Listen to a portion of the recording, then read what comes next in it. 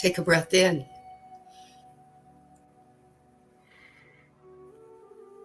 Let it release. Take what resonates. Leave what doesn't. Here's an affirmation. I came forth under this leading edge of experience to live life and to enjoy my journey. I know that I am enjoying my experience by the feelings I have because I am a vibrational being.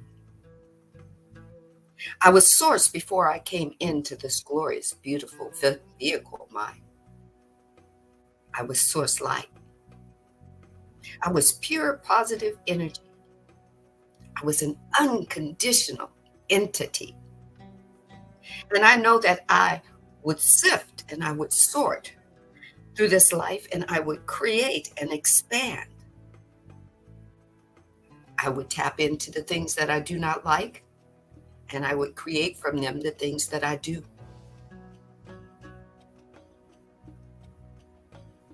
I knew that I would stand on the leading edge of creation and consciously create.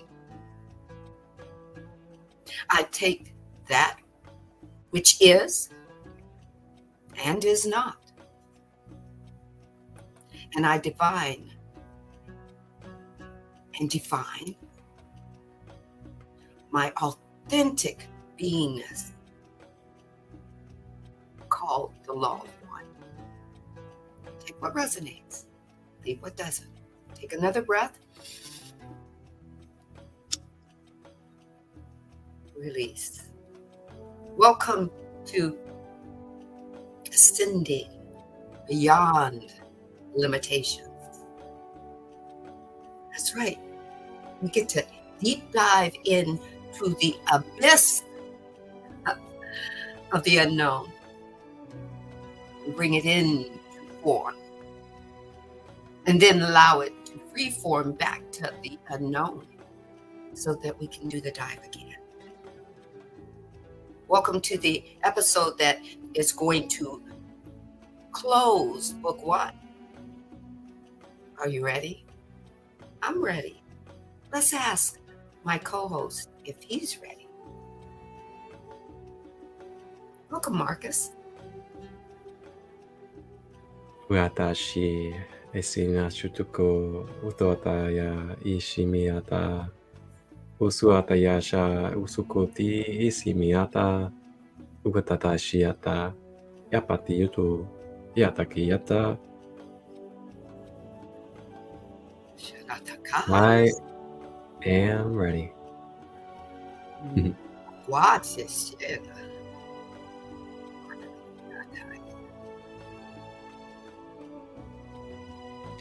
Thank you to all of you that have joined us on this beautiful journey of ascending beyond limitations as we now close out with our final episode of book 1, being episode 17.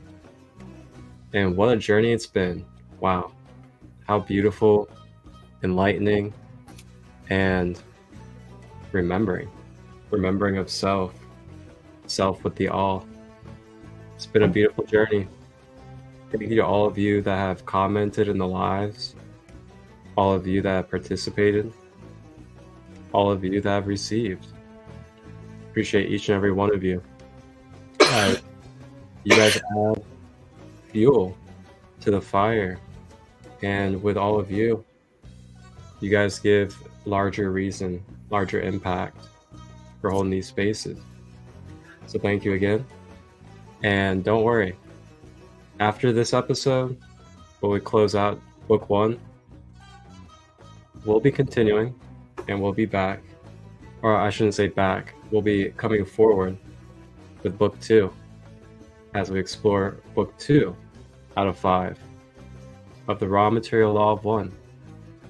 Sandee, back to you. All right. So while I was asking the divine what to culminate, what to pull it through with, and I said, let thy words be my words. The divine said, excuse me, karma. Interesting, huh? And then I said, oh, that's a good one. Did you know that karma has 15 sub-laws? 15. Only 12 of them are written here, but 15. And Ra speaks of karma, right?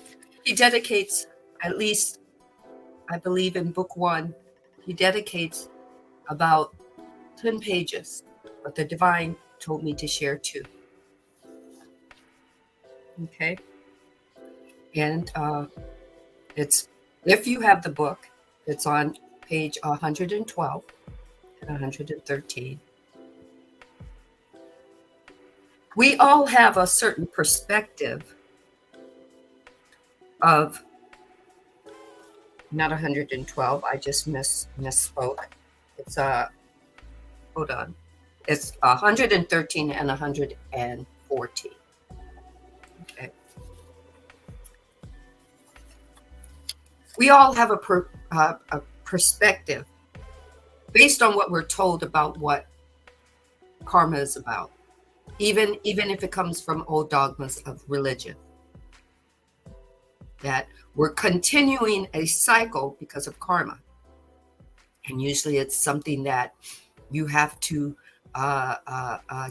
get rid of, or it's your duty, and it's held on your shoulders to clear it. And that's all your journey is about. Did you know that our souls have the choice to decide whether it's going to take on a karmic clearing? Usually it's high souls or higher beings, according to Ra, that choose the polarity of or the negative polarity as opposed to the positive. Usually it's souls that continuously choose the path to self only.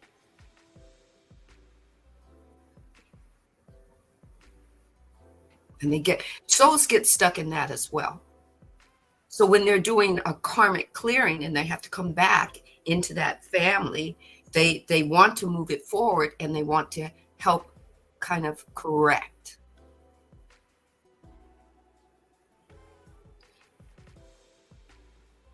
Right? Hold on a second. I'm getting a background. Okay. So there's many karmic vibrations going on. Another karmic vibration that the divine shared with me is that a soul chooses to come back in a family because it wants to fulfill the choices that it had chose when it came to seek experience. It's not a negative or a positive. It's just that they wanted to fulfill it through that family. It's a choice. Our souls have free will choice. That blew my mind. The moment I found out that my soul came in with the option to learn from a polarity of positive or a polarity of negative, and then it got to choose it, blew my mind. Because it could play in that field of what it wanted to, it could say, hey, I like the negative polarities. Blew my mind. But through free will, as a wholeness part of our soul, we get to give it different choices and options. So it gets to go, oh, well, I played around in that, but, I like this better. Or I did the goody two shoes. Now I want to try out what it means to be just selfish. And you go, oh my God, how could the divine that is wholeness allow that? I smile because the divine says everything is a free will choice. Everything in the infinite vibration of the cosmic universe is a free will choice. Okay? So here on the bottom of page 113, it starts at, okay, wait a second. The divine is telling me to start at the bottom of 112. The questioner asks, I think it would clarify things for us if we went back to the time just before the transfer of souls. Remember we talked about Maldek? Maldek, right? From the transfers of soul from Maldek to see how the law of one operated with respect to the transfer and why this transfer was necessary. What happened to the people of Maldek that caused them to lose their planet? How long ago did this event occur? Did you hear how the divine said that word? Not occur, but occur. Evolve. It occurred. It evolved. It happened. Ra says, I am Ra. The peoples of Maldek had a civilization somewhat similar to that of the societal complex known as Atlantis. In that it gained much technology, information, and it used it without care for the preservation of their sphere, of their home, or of their body of consciousness. He said, following to a majority extent, the complex thought, ideas, and actions which you may associate with what you call your negative polarity or service to self.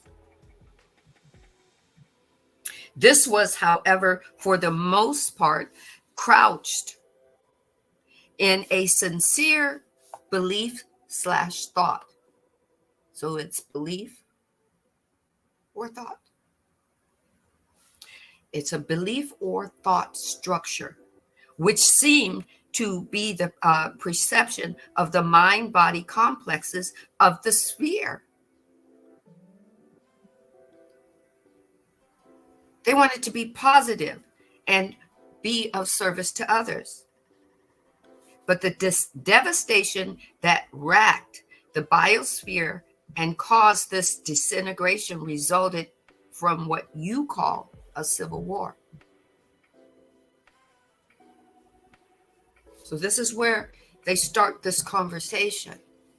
I know you're going to go, oh, war, war, war. It's not about you focusing on the vibration of war. Let's keep listening.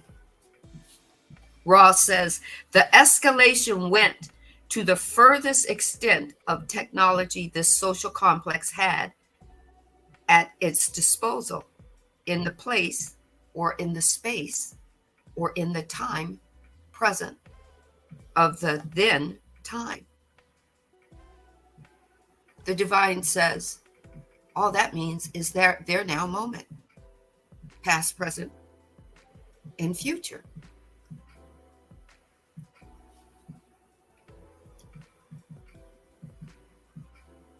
This time was approximately 705,000 years, according to your time. According to humans, as we want to put everything in a linear timeline. And Ross says approximately. The cycles had begun much and much earlier upon this sphere, due to its relative ability to support the first dimensional life forms at an earlier point in the space-time continuum, that of your solar system. These entities were so traumatized by this occurrence that they were in what you may call a societal or a social complex knot, or entangled in fear. So some of your time passed, no one could reach them, no beings could aid them. Approximately 600,000 of your years ago, the then existing members of the Confederation, that's what they call the Council of the Law of One, of the Divine, were able to deploy a social memory complex and untie the knot of fear. These entities were then able to recall that they were conscious. This awareness brought them to the point upon what you would call the lower astral planes, where they could be nurtured until each mind, body, spirit complex was able to finally be healed of this trauma, to the extent that each entity was able to examine the distortion it had experienced in the previous life. And they write it this way. This is how Ross speaks: life/illusion complex. They got to actually discern it. It wasn't based in judgment, so they do it over and over again. And they were sent a social complex to help them, to help unknot them, to help untangle them and free them from that knot of fear. I know you're saying, what does this have to do with karma? But you think about it, when we talk about karma, it's about, we spend eons and eons in karma. We keep doing it over and over again because we got to fix something. That's what we're told karma is about.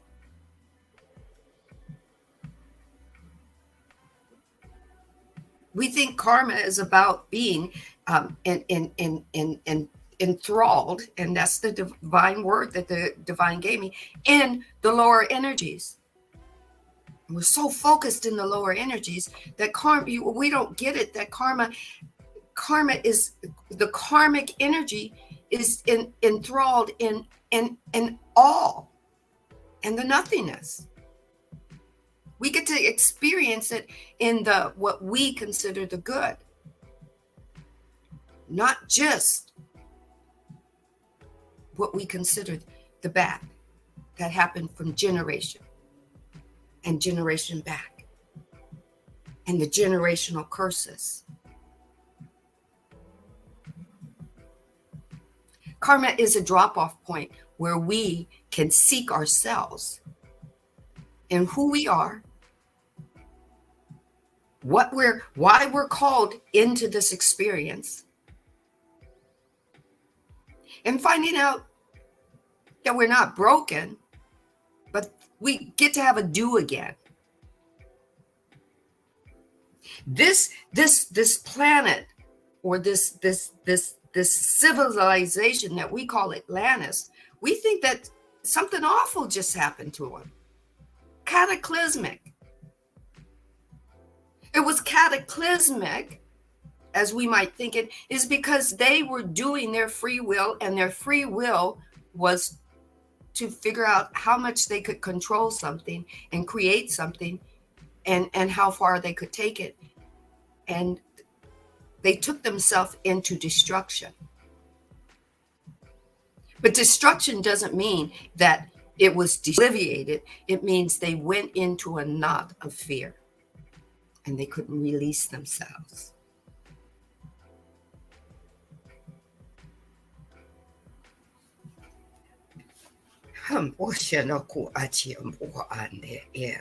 Ross says, after the spirit experience of learning teaching, the group decided, or they had decision to place upon itself a type of what you may call karmic alleviation. Alleviation.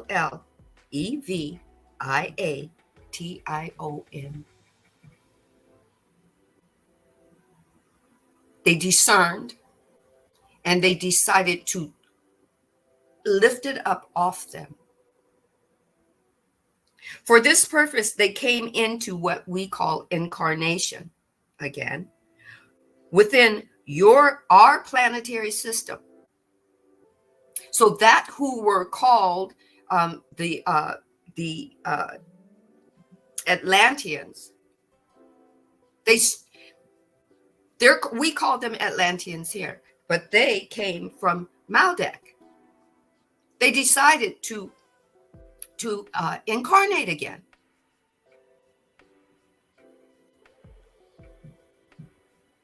Right? They came into incarnation within our planetary sphere in what were not acceptable forms.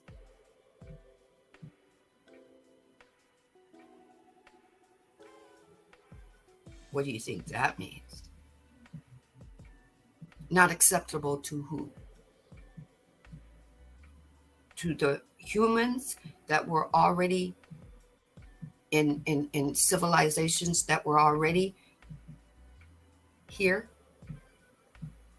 We're all about not accepting, but they came in, and they came in that were not acceptable human forms, but they took a human form. It just didn't look like us.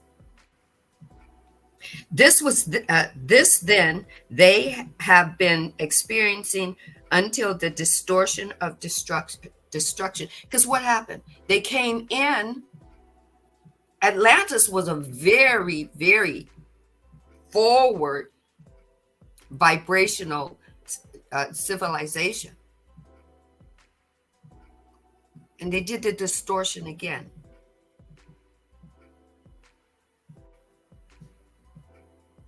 They are replaced by distortions towards the desire for a less distorted version of service to self. They tried service to self. They created a whole civilization.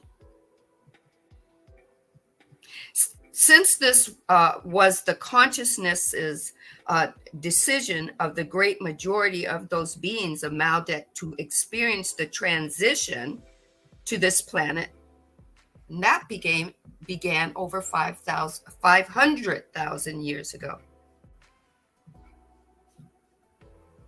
The questioner asks, was the body complex available at that time? Let's take it. Okay. They're speaking like Ra's speaking, so we're going to take it slow. Was the body complex available at that time? What we refer to as the ape body? And Ra answers. Ra says, I am Ra. That is correct.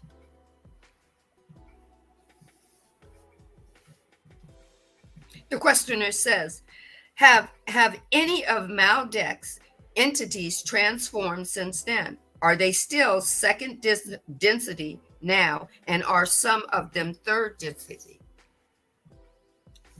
I am Ra says, the consciousness of these entities has always been third density. The alleviation mechanism was designed by the placement of this consciousness in second dimensional physical chemical complexes, which are not able to be dexterous or manipulative in that extent.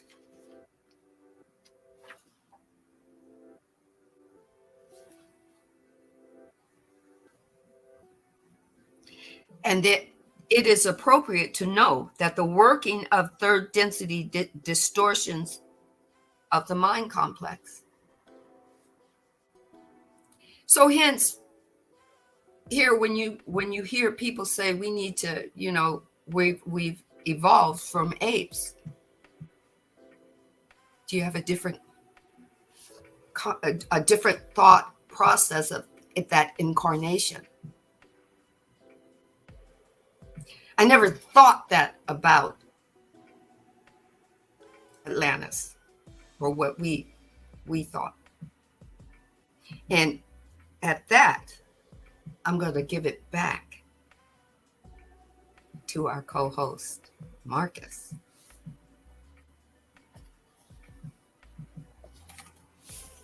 Are we good? Thank you very much. Whew. You know, it brings me to one of the Hermetic principles, the law of cause and effect, and that everything is basically like a continuous motion of cause and effect. And those cause and effects are kind of like based off of the measurements of your frequency and vibration, and whatever other elements come into play with the design of what it is that we're interacting with. And it's really fascinating how much we can really get outside of ourselves and become very dazed, so to say, with kind of like just not making things as simple as they could be with certain things, such as that. It's like we're always trying to think of like some extraordinary and glorified way of explaining karma and like all these different things. But there is also like, a simplified, very basic, mundane version of how the universe works out there for us. And it's written in many different texts, such as the Kabbalion, the Hermetic principles, the raw material, and so many others. And simplicity has been calling me time lately.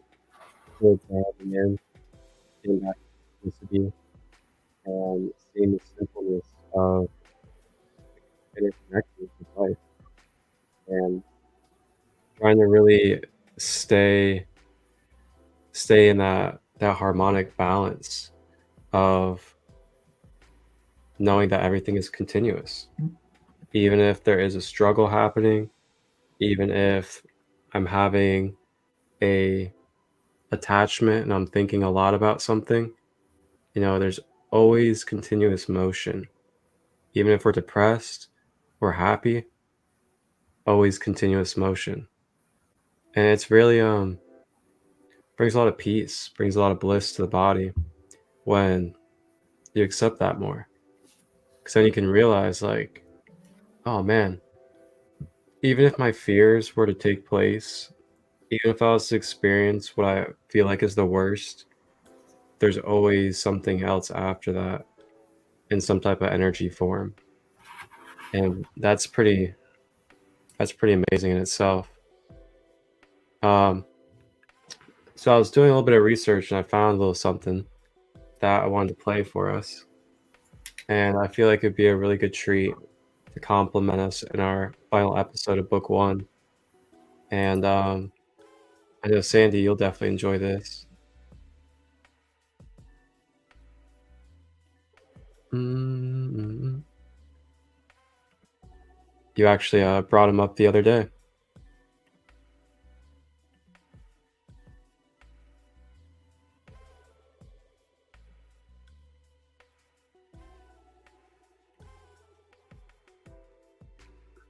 Consciousness of this planet. They don't talk about it as much in the law of one material, but they basically say that Mars couldn't make it and a small group of people from Mars came to Earth, right? Right. But not the whole of the planet, right? I think so. Yeah, I think what happened, because in that passage, I believe Ra says they came by the process of incarnation. Right. So Melchizedek is claiming that Mars, for a short period of time, tried to separate from God. They were very Vulcan-like they didn't have any emotions. They separated from love, and they were and they just, it was constant war and battle when they did this. And as the planet was destroying, a small group of them were able to come to the Earth and then try to take over the Earth, but they had such a small number that they didn't make it. But this masculine consciousness that they brought sort of over time infected the Earth, because the Lemurians, or they're talking about, were more feminine oriented. So it kind of caused a shift, a radical change in our consciousness. And I was trying to align this because maybe it's not true, but clearly something happened in our past that they're talking about. What is your perspective on that? People think, oh, we've been around for millions of years, but clearly a bunch of stuff has happened on the Earth that we have no idea of, and we're still like 14-year-olds. We think we're all advanced, but we're not. Perhaps in the past we were way more advanced, right? Were we fourth density in the past? No, I don't believe so. I don't think we were actually fourth density, right? Yeah, because it's kind of up to the planet, right? Right. Sort of like grades in school, but if I could have one wish, it'd probably be that I could go back in time and like find out what really has happened in human history.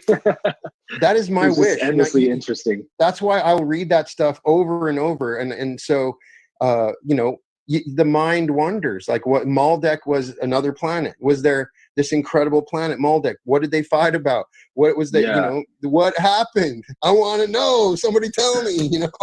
Well, it's funny you say that, because I watched a really interesting show on Gaia a couple of months ago. I can't remember which series it was on, but it was an interview with a nuclear physicist who worked with NASA and was studying. He studies how nuclear weapons and nuclear radiation works and all that stuff. But he was working with NASA studying Mars, I believe. And the whole interview was about how he came to this conclusion that because of the makeup of Mars' atmosphere, he can, in his opinion, his professional opinion, he said there had to have been a nuclear event that stripped the atmosphere in the way that it did. Right. And he found some geological sites on Mars that look like blast sites and things like that. And he basically says the chemical makeup shows that this was like very likely like some kind of a nuclear war that happened. And he was saying that as he was telling some of his colleagues about his findings, and one of them was like, I've been thinking the same thing for years. I've been studying this on Mars as well, but like, we don't want to like spread this around. People are going to think we're loco, Right. But he's like pushing it. I think he wrote a book about it. But the time frame he puts it in is also exactly when Ra says in the Law of One. I was like blown away. It's like 500 to 700,000 years ago, I think. Because Mars was a war planet, essentially. It was a race of people that were in heavy conflict. That had no love, was what Melchizedek said. Maybe that's true, yeah. Right. I think the guy on the show actually said that he believes it might have been another civilization that bombed Mars, that dropped the bombs on Mars to get rid of them, because they were, who knows what they were doing that was agitating, other civilizations or whatever. But yeah, it's fascinating to think about, and a lot of what the Law of One says lines right up with that. Absolutely. So, it's really interesting. I saw this movie the other day on the moon Iapetus in Saturn, and these remote viewers were checking it out and saw that there had been an advanced civilization that had built something just to like monitor Saturn, and they were from the planet that was destroyed with the asteroid, and they were super highly advanced, and something happened that destroyed them. So these are all, if only we could know that stuff, because then we would all be different. Our species would be like, look, 2 or 3 planets in the solar system didn't even make it. So we are in fragile ground. Everything's not assured, and so there might be maybe hopefully part of the social memory complex will be awareness or memory of that. I don't know. I think at some point it will. Yeah. Right now we're kind of victims of our own naivete, so to speak.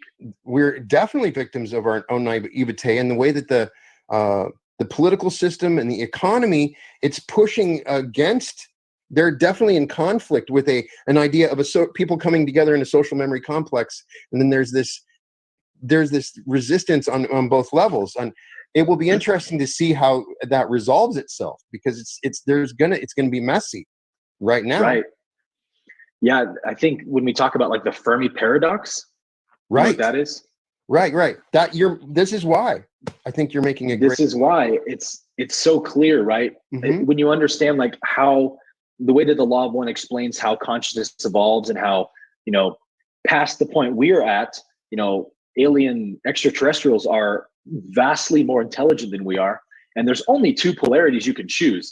And I think that's the confusion of the Fermi paradox, and why we don't have contact with aliens is because we project our state of consciousness onto them, where we think, well, aliens must be a mixture of good and evil like us too.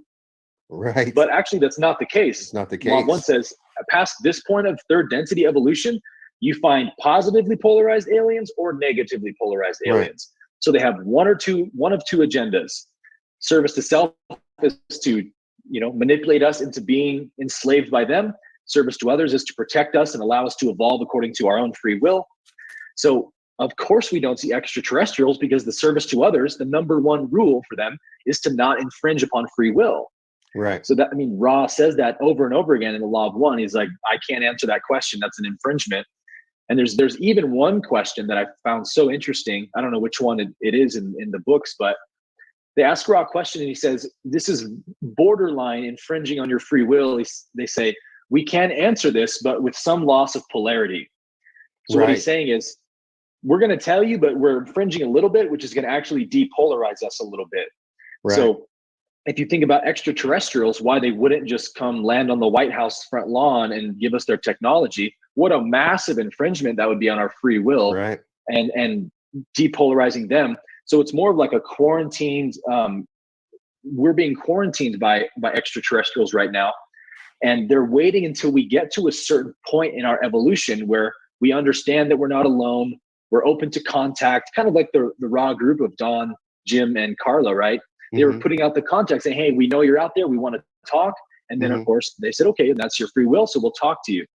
But with the war, the religions that we have, there's no way that our planet's ready for that. And probably won't be for many hundreds of years. Yeah.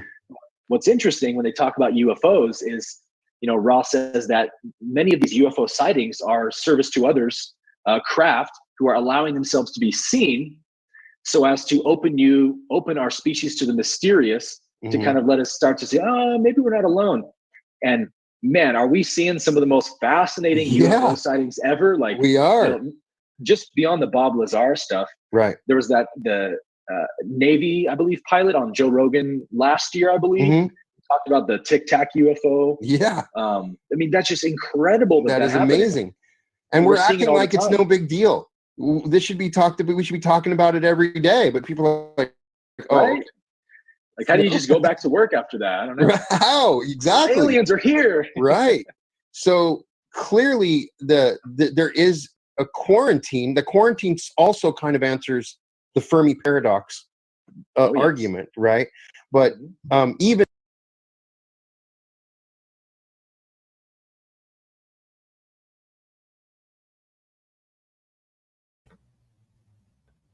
all right. So yeah, I'll go ahead and hand it back to you, Sandee. All right. I'm like excited. I'm just excited. I mean, I have the view that all, just like Ross said, it's the law of one. Aliens, planets, Mars, and planets that we believe we do not see on the surface, other sentient beings like us. We believe that every planet, if we see it in the way we see it as ending a cycle instead of beginning a cycle, right? We see everything based upon our evolution. Everything must have evolved slowly because that's what we're doing, right? And it's true. It's true. I feel that it's true that just as we are shifting, growing, and and evolving, there are other conscious planets that are doing this as well. There may be, they are definitely probably ahead of us in the game, but they're still growing. And it's not every conscious being on a conscious planet that's not us that wants to do us harm. But at the same time, there are some that are growing in the evolving. They're evolving, and they're doing the same thing we're doing. We're looking out and going. They're looking out and going, oh, we're only here. We're the only ones here. The divine created us, all this vastness for us to play in. And there's no one else like us, right? So let's keep going. What I want to do is the third law, the third sub-law of karma. I'm going to read that to you. It's called the law of humility. It basically says one must accept something in order to change it. The author says, what you refuse to accept will continue for you. Basically, that which you resist will persist. That's just another way of saying it. The author says, there exist many forms of the human condition, but the human condition is predominantly ruled by one thing. They believe it was ego. The ego is not an unfamiliar term. However, the origin of this ego is what we must seek if we are to understand it from a deeper level. The author says, I will continue to revert back to the Big Bang theory of creation for further explanation of the concepts discussed in this book. This book I'm reading from is called The 12 Laws of Karma. In parentheses, it says, or in quotations, it says, creatures of habits. Because that's what we are. We're creatures of our habits. And the author, if you want to know, his name is Christopher Vince Gonzalez. So he explains the law of humility this way, what he thinks, what his perception is, what the divine channeled to him. Take what resonates, leave what doesn't. Christopher says, when the split occurred, and he has in parentheses, Big Bang, the giving force experienced a split in the energy source by offering a receiving force. So the divine separated itself and sent itself out in energy form with a Big Bang, right? And at the same time that it sent out the giving of itself, it had a receiving of itself, right? And then that receiving force was given to man. That's how he wrote it. He wrote it, the divine says, to change it into humankind. The author says, this happened at the moment of separation. At the moment that consciousness sent itself out to seek itself, it also gave of itself to humankind to receive itself. Whoa, was that a mouthful, right?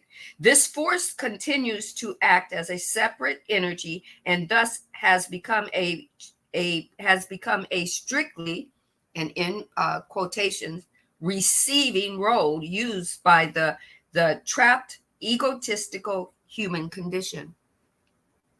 When the center of attention is directed into illusionary self, it gives rise to ego. So when we do what Ra says and we seek self only, we seek the negative polarity only, it gives rise to ego. Ego has to show up. That's an energy force that the divine gave you, so that you can look out at the world and identify it. Right? He goes on to say,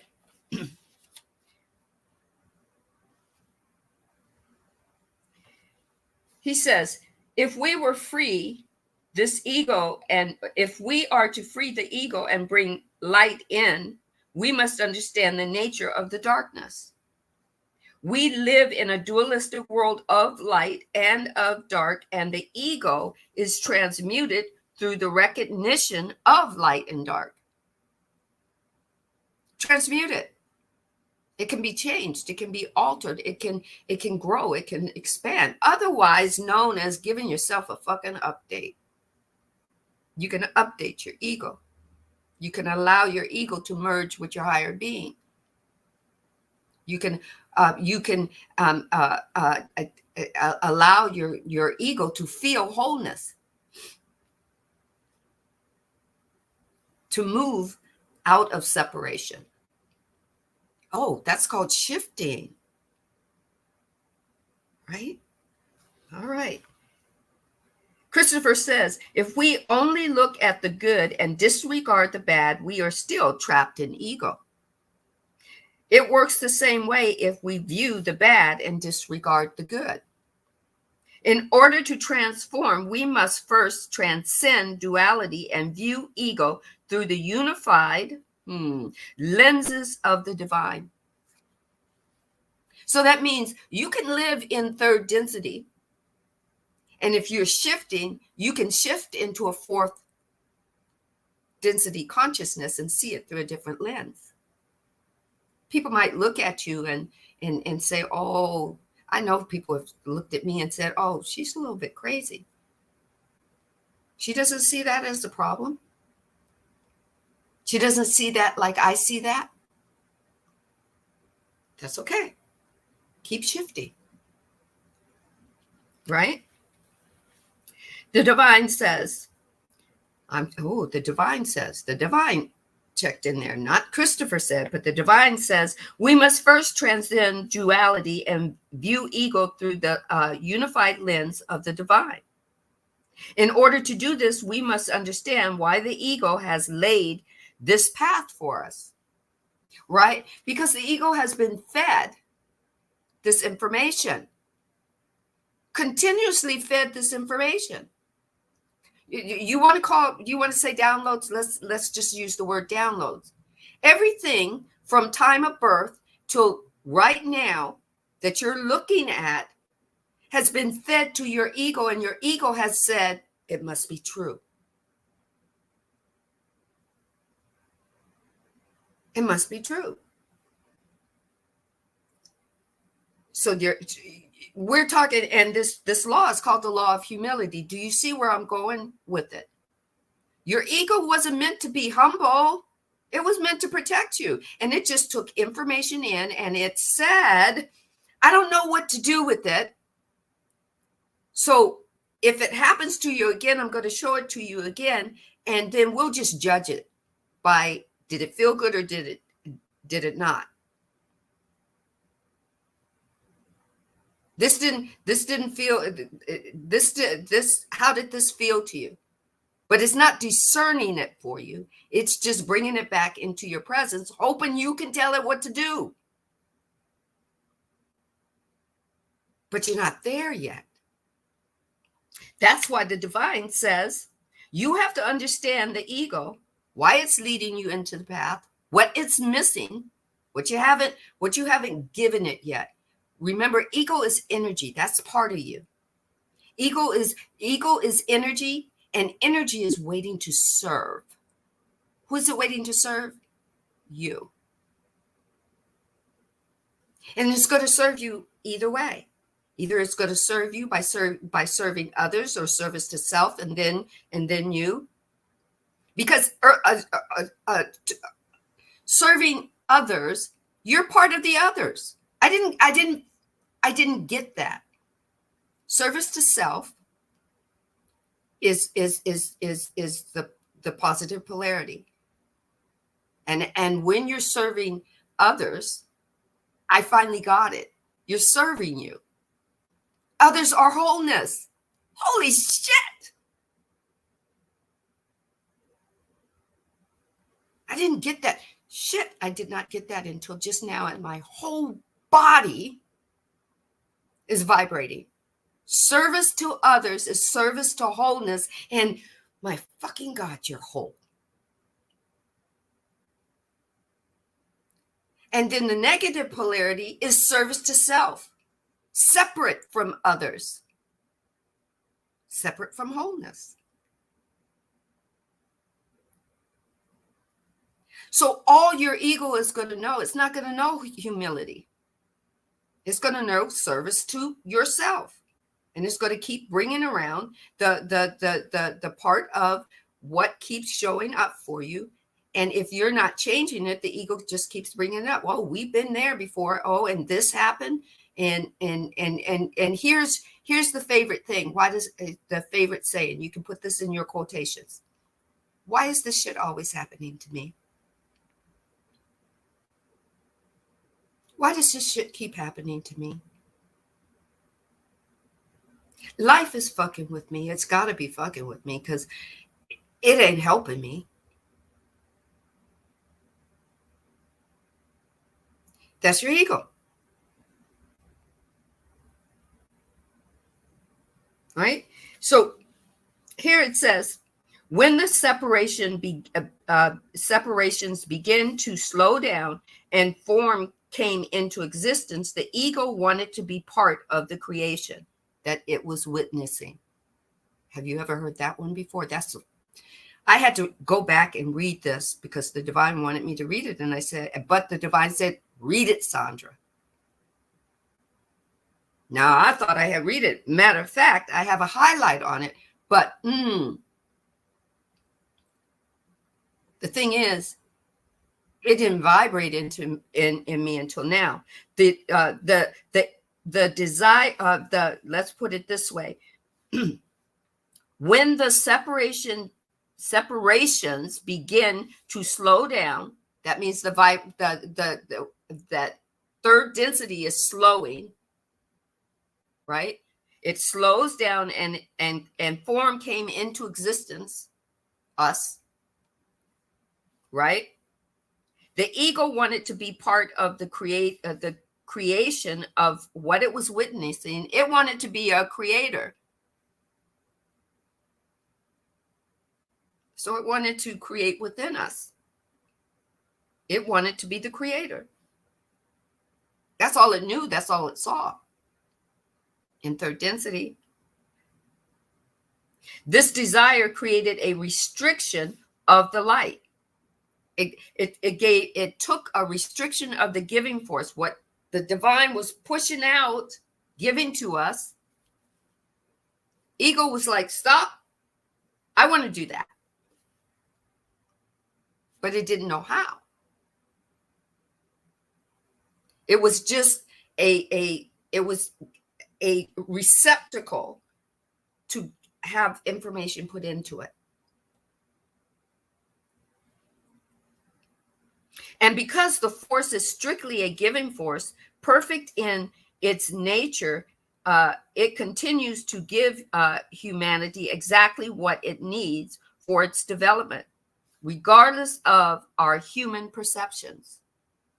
The ego is what judges some things as good and others as bad. The truth is we get in life what we are. And if we are trapped in the egoist experience or existence, that is exactly what we're going to get. The divine spoke to him, we must learn to rise above our inherent nature and give away that which we desire the most.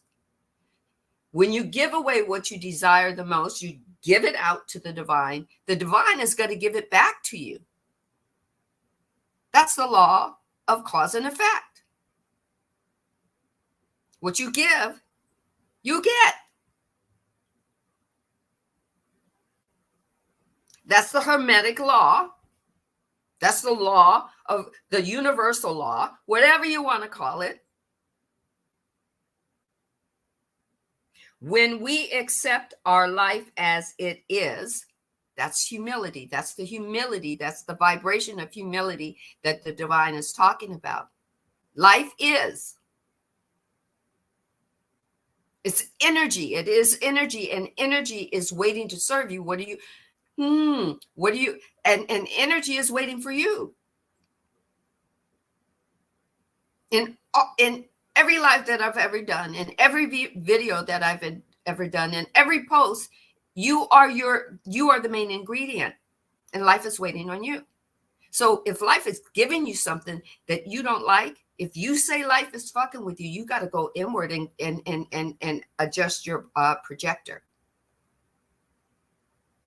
Right? If you're thinking that you have to keep coming back as a soul for karma to fix something, and you know it, you've been saying it, I'm back here and it's got to be fixing, I got to fix my generational curses, then go within. Adjust your projector and find out why your projector is putting that outward, because what's happening on the outside is coming from the inside. And that's humility. Humility is telling your ego, hey, sit back a minute. Let me discern. Your ego is going to fight you because your ego has made itself your creator. It's made you its puppet. It's not doing it on purpose. It witnessed, that energy witnessed how creation was being done, and it wanted to do that. Haven't you ever wanted to play in your daddy's shoes or your mommy's shoes?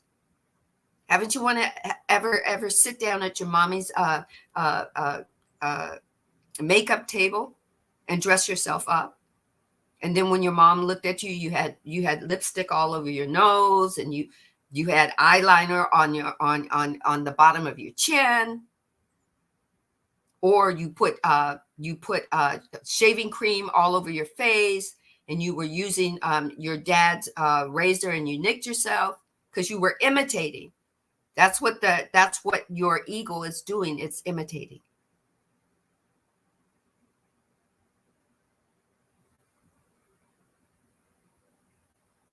Right? So he says, we must accept our life as is, comma, humility. We give it the power to attract to it the light of the divine, if you so want to.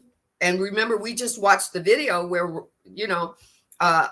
Aaron Apke was saying that our higher beings only have two choices that it gets to choose from. The negative polarity, which is a service to self only, and you see that a lot in politics and in businesses and stuff that only care about their product or not just product, only about money, and they don't care about the rest of the world, right? Or the positive polarity, which is service to self, meaning equaling the service to all. And you're part of the all. Service to wholeness.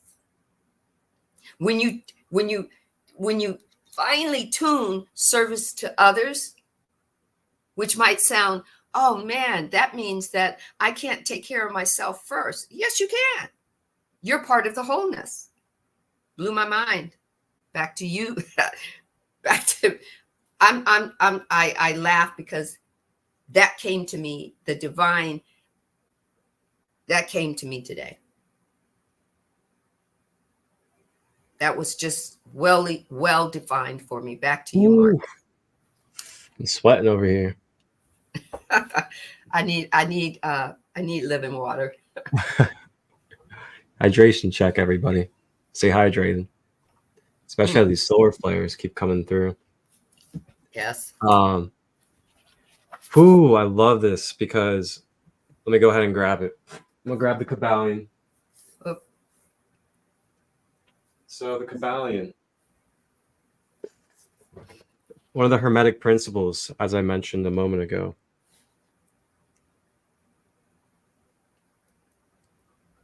So one of the Hermetic principles talks exactly about this, the cause and effects. And it is, here it is. Okay. So it is the law of causation. And if you have this edition of the Kabbalion, not sure how the pages work in the other ones, but it's on page 109.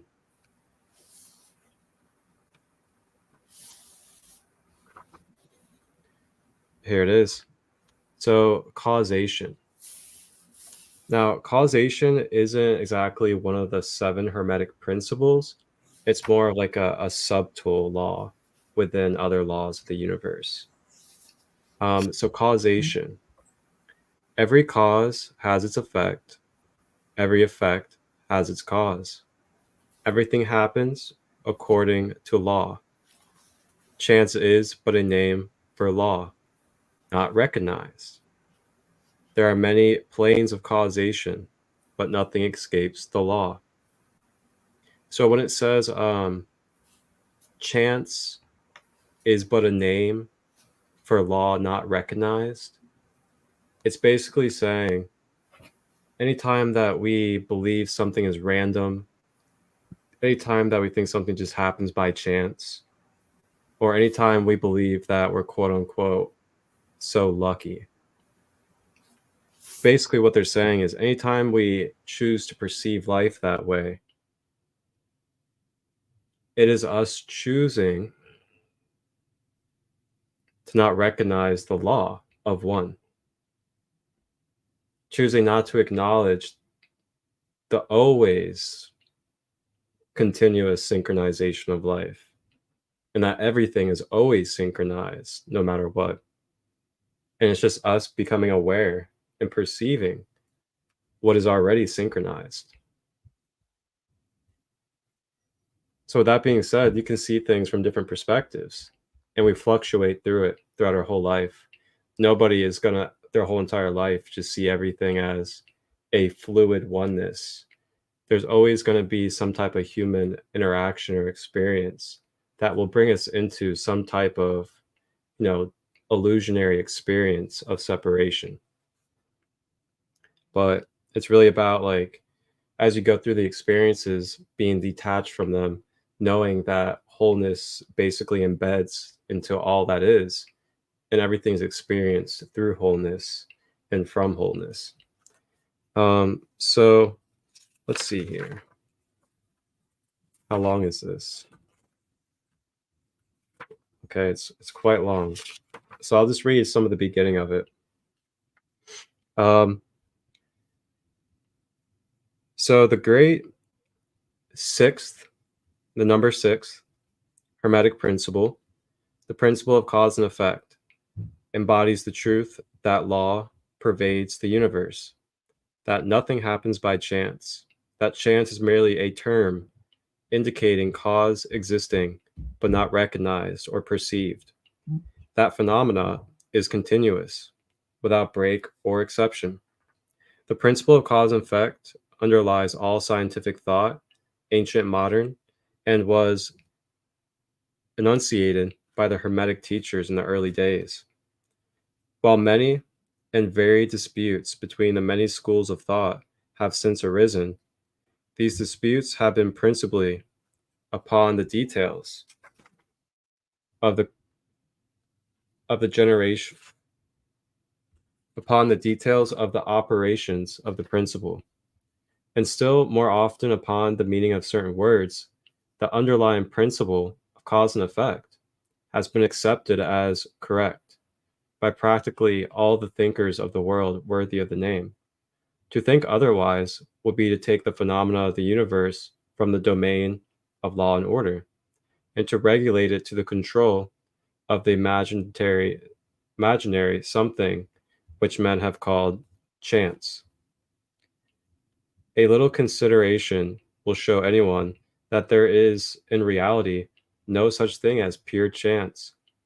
Webster defines the word chance as follows: a supposed agent or mode of activity other than a force, law, or purpose, the operation or activity of such agent, the supposed effect of such an agent, a happening, fortuity, casualty. But a little consideration will show you that there can be no such thing as chance in the sense of something outside of law, something outside of cause and effect. How could there be a something acting in the phenomenal universe independent of the laws, order, and continuity of the latter? That question right there. I'm gonna reiterate that question right there. Wow. That's almost like, I almost want to, like, first time I meet someone, just be like, all right, I have a question for you. How could there be a something acting in the phenomenal universe independent of the laws, order, and continuity of the latter? Wow. Such a something would be entirely independent of the orderly trend of the universe, and therefore superior to it. We can imagine nothing outside of the all being outside the law, and that only because the all is the law in itself. There is no room in the universe for a something outside of and independent of the law. The existence of such a something would render all natural laws ineffective. It would plunge the universe into chaotic disorder and lawlessness. A careless examination will show you that we call chance is merely an expression relating to obscure causes, causes that we cannot perceive, causes that we cannot understand yet. The word chance is derived from a word meaning to fall, as the falling of dice. The idea being that the fall of the dice and many other things are merely a happening, quote unquote, unrelated to any cause. And this is the sense in which the term is generally employed.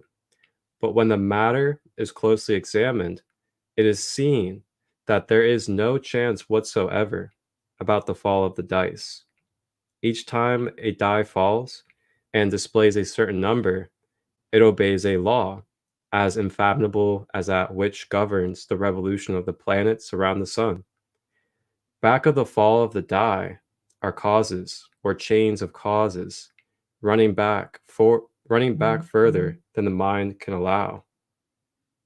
The position of the die in the box, the amount of muscular energy expanded in the throw, the condition of the table, etc., etc., all are causes, the effect of which may be seen. But back of these sense causes, there are chains of unseen, presidented causes, all of which had a bearing upon the number of the die which fell uppermost. If a die be cast a great number of times, it will be found that the numbers shown will be about equal. That is, there will be an equal number of 1 spot, 2 spot, etc. Coming upmost, toss a penny in the air, and it may come down either heads or tails. But make a sufficient number of tosses, and the heads and tails will about even up. This is the operation of the law of average. But both the average and the single toss come under the law of cause and effect. And if we were able to examine into the preceding causes, it would be clearly seen that there is simply impossible for the die to fall other than it did under the circumstances and at that same time. Given the same causes, the same results will follow. There's always a cause and a because to every event. Nothing ever happens without a cause, or rather, a chain of causes. Wowzers. Beautiful stuff. Yes, yes, yes, and yes. All right. Before we read the next two paragraphs of Ra, in the same book that I'm reading, the 12 Laws of Karma. Okay. What is karma? Okay. You guys know that karma is the law of cause and cause and effect, right? All right. So it's just the spiritual label for law of cause and effect. The author says, what is karma?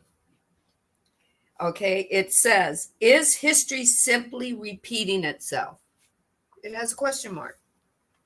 So here's how that's written. What is karma? Is history simply repeating itself?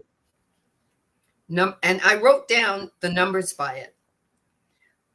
In the world of cause and effect, we must understand that the universe follows very exact laws.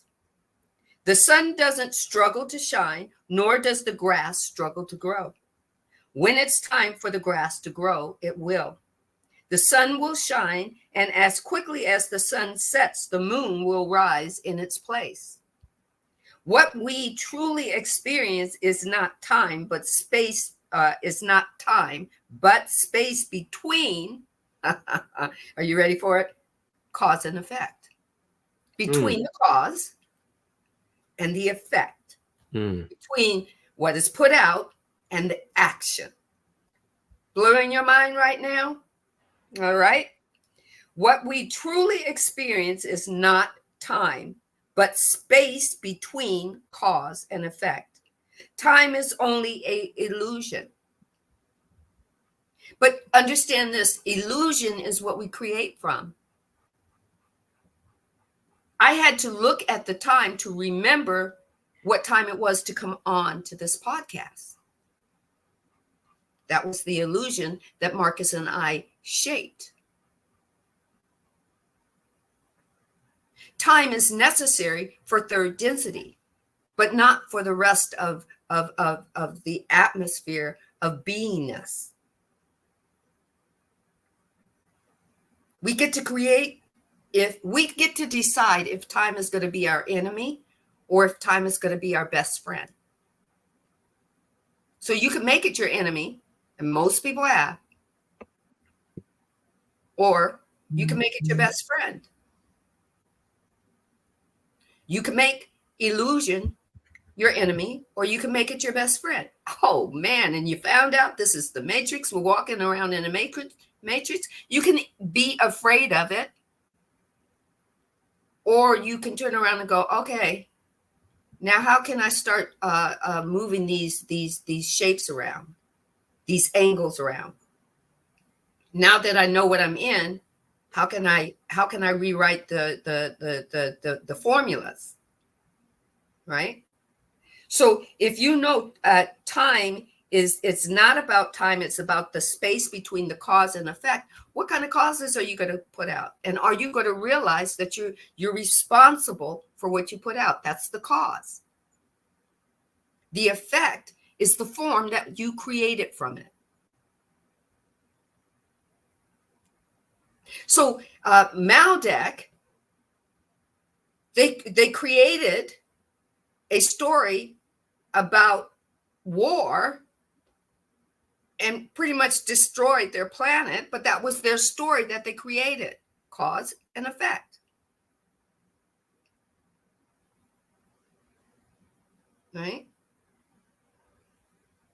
And it's happening all across the universe because the divine says, I'm in everything and I'm feeling me. I'm searching me. I'm being me in every galaxy everywhere. And probably some galaxies that we only can see in a telescope, and we don't even have a clue what's going on there. But the divine is saying, I'm being me in between cause and effect. And guess what? It can't be bargained with. There's no gray area. Cause and effect actually happens when you utilize it. Right? So it says, time is only an illusion. It is a construct of our perception. Then the next thing I highlighted, nature is always in perfect balance and could be viewed as a still pond, right? When we see the world, we interpret it as only through our five senses. Have you ever thrown a rock in a pond and you watched it ripple? And then it goes back to still. I watched a part of a series from Xena, Warrior Princess. She was having a conversation with her partner, Gabrielle. And Gabrielle was asking her about, this series was based on her going and righting all the wrongs she did. Okay, Xena.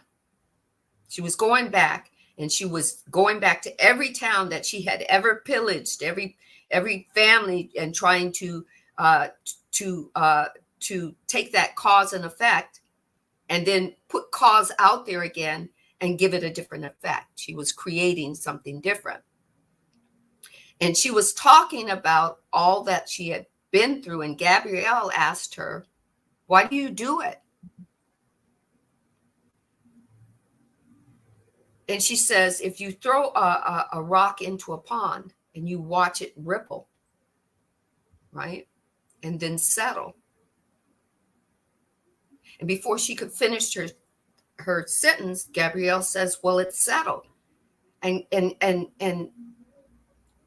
I remember Xena, it was written, Xena said, no, it only looks that way. You only have the perception. If you go deeper, it's moving underneath. The cause, the actual thing that we see with our physical senses, and don't get me wrong, having eyes that see 100% is good, nose that smells is good, mouth and lips that allow you to talk and eat and swallow and sing is good. All of these things that give you the physicality is good. But if you go underneath the cause, the space that separates the cause with the effect is still in act and being active. You just can't see it with your physical eye. I'm going to tell you, I watched Xena when I was a young adult and while I was raising my kids. Matter of fact, my kids said, man, Mom, you can watch Xena over and over again. It's the same series over and over again. But I was getting different things from it. But in my adulthood now, I think it was the beginning of this year, they did the whole Xena from beginning to end, all episodes on Prime. And I got to see that episode again, and I got to sit there, and I sat there with it. I kept rewinding that part. That's what cause and effect is. The space between the cause and the effect is the action that's underneath. Right? Take it or leave it, right? So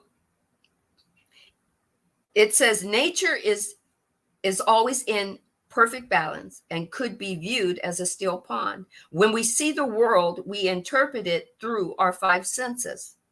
In this act of interpretation, we give meaning to what we experience. This meaning is like a rock being thrown into a pond, the rock causing a ripple in the pond at the point of impact, but the ripple are the effects of the rock. The rock is the cause, and the ripples are the effect. The ripples continue until the pond is still again, or until another rock is thrown in the pond. The author says, I want you to now relate this example to your mind. He's going back to your unconscious mind and the ability of your ego, that energy ego, that computer, what do you call it? The computer, they used to call it the box that the computer was held in, right? And the energy in that box that was being utilized is being utilized by your ego, by what it sees. All it sees is the response. That's the action. All it knows to do is the action, right? And it doesn't think about the effect. It just knows it has to react. But who thinks about the effect is when it comes back to you. You feel it and you have emotion about it. Take what resonates, leave what doesn't. Your thoughts are the rock, and your life experiences are the ripples, effect. Yet the motion is what most people miss, the in between. You don't see the ripples underneath the water that are still in effect. You don't see the fish that were affected by the displacement of the water underneath it. That's the space between. Number 2, I wrote down, it says, this is where karma operates. In order for the ripples to glide upon the pond, there must be a force keeping them in motion. This force we will call an action or an attraction of force. It's always in motion. So between cause and effect, in between there's always something in motion from the cause, from what you put out there. It's always in motion. It will always come back around to you, and it will always show you as being an effect of something that you have done or you have said, that's turning into form and taking on action. Take what resonates. It's called motion. This motion gives rise to the great law of karma. All things in the universe will at some point come back to us. That's karma. And I heard Michael Beckwith define karma in the most simplistic way. Karma is a drop-off point for you. It points you in a direction. Life always comes back around to you. It's always vibrating. It's always moving and in motion. And it comes back around to you and says, what do you want me to do with this now? And most of us say, I don't want to feel that now. It's my trigger. I just got to put a bubble wrap on it. And then it comes back around. Take what resonates, leave what doesn't. The questioner says,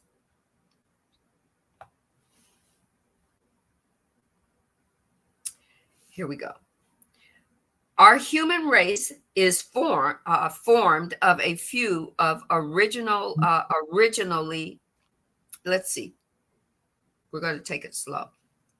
Our human race, this is the questioner, is formed of a few who originally came from Maldek and quite a few who came from Mars. Are these entities here from other places? Right? From other places. Roz says, I am Ra. There are entities experiencing your time-space continuum who have originated from many, many places, as you would call them in the creation. For when there is a cycle of change, those who must repeat then find a planetary sphere appropriate for this repetition. It is somewhat unusual for a planetary mind-body-spirit complex to contain those from many, many various loci, L-O-C-I. But this explains much, for you see, You are experiencing the third dimension occurrence with a large number of those who must repeat the cycle. Doesn't say that you're repeating the cycle. It just says that there are many who answer the call to earth consciousness to come in and play and repeat their what they believe is their karmic cycle from other planets, other conscious planets.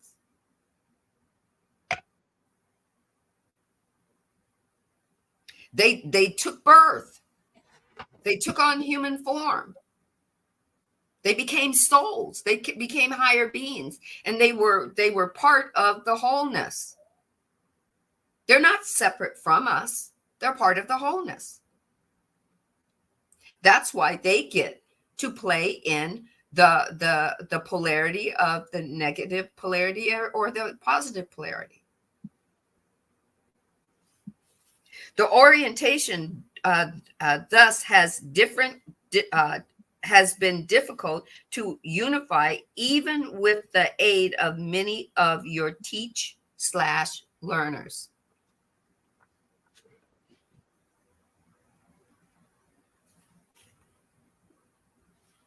So here we are, we're thinking that this is just a human experience, and that when we talk about our souls or our spirits or what we want to call our higher being, we think that we think that it comes from heaven.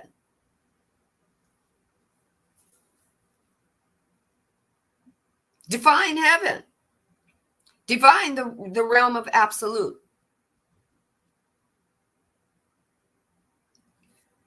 Those are labels. Now, allow consciousness to give you an answer.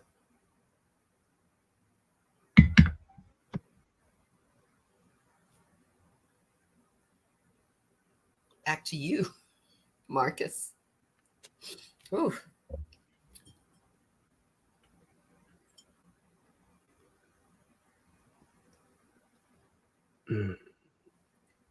You have to answer that. The divine is going to give you the answer, and then you have to answer it for yourself. You go, Sandee, what? Well, why can't the divine give me the answer? Because you're going to have a perception about the answer that the divine has given to you. You're going to either go, is this from the divine or is this from my ego? You could question it.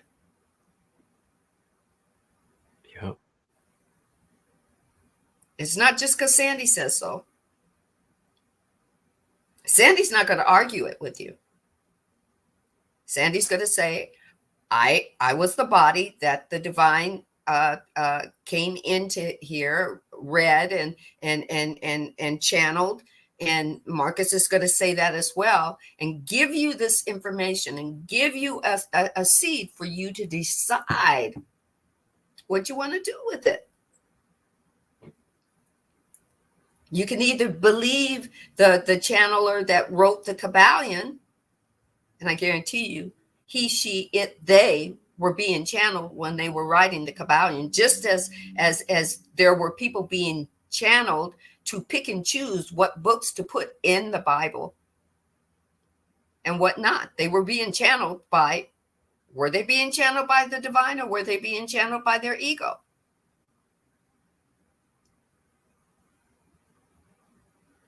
But if you're reading it, you get to be channeled or work in collaboration like Marcus and I are doing here. You work in collaboration with your higher being and your ego. Collaboration means you can tell your ego to sit down, be quiet. I want to hear from my higher being. Or you can just solely go straight to your ego and let your ego define it for you through judgment. And the ego, your ego is only going to go back into your past where your judgments were. And that's usually somebody downloading their opinions, you taking them on as your perception, and you're holding them and making them your action. And then you're acting on it, which becomes your belief. Are you following yet? It becomes your belief, and then your belief becomes your truth. And your truth, if it's based in judgment, will be exactly what you put out to the universe, and the universe says, let's create that for her or him.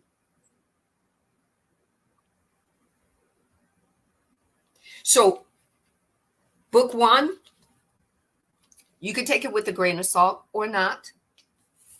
Here we go. Book 2, you can take it with a grain of salt or not. Hold up the Kabbalion. Hold it up. You can take it with a grain of salt or not. 3 waves of volunteers and the new earth. Grain of salt or not. The divine design. Grain of salt or not. These are all people who got downloads and who wrote. Now, could they be using a little of their ego in some of it? I guarantee you, probably so. Ego's going to always find a way to put a little of its information in there. But guess what? You have a higher being that can discern it for you. And then you get to go live life. You don't have to sit in this book and say the book says. Go put it into application according to how it flows for you. I guarantee you, what somebody else's opinion or perception got to do with you?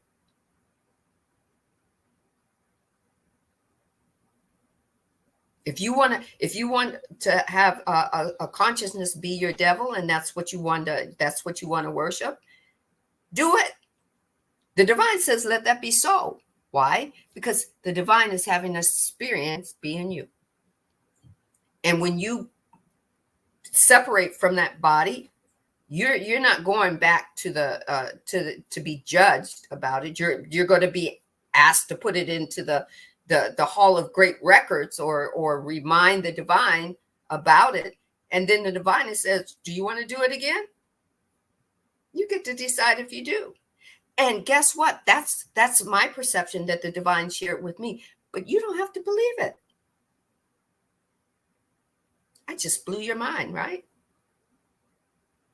Because those people that believe that there is a heaven and a hell, that believe that the divine is going to judge them, let them believe it. Don't try to force them. You didn't want anybody to force you. That's why you have a free will.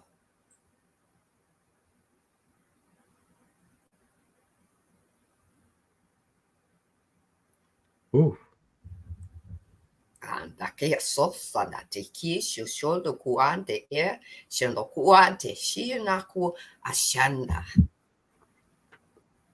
All is what is in what is holy, as some way would say, in wholeness.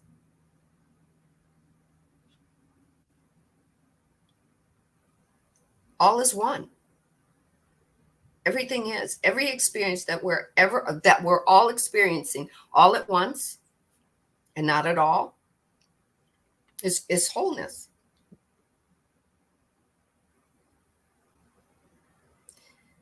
I'm telling you.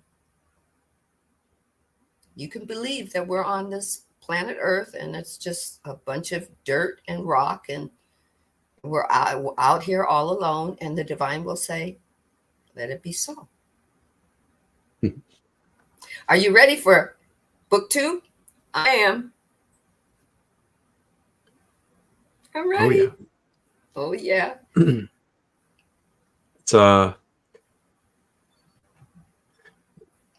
is very simple when you really get into these laws of creation.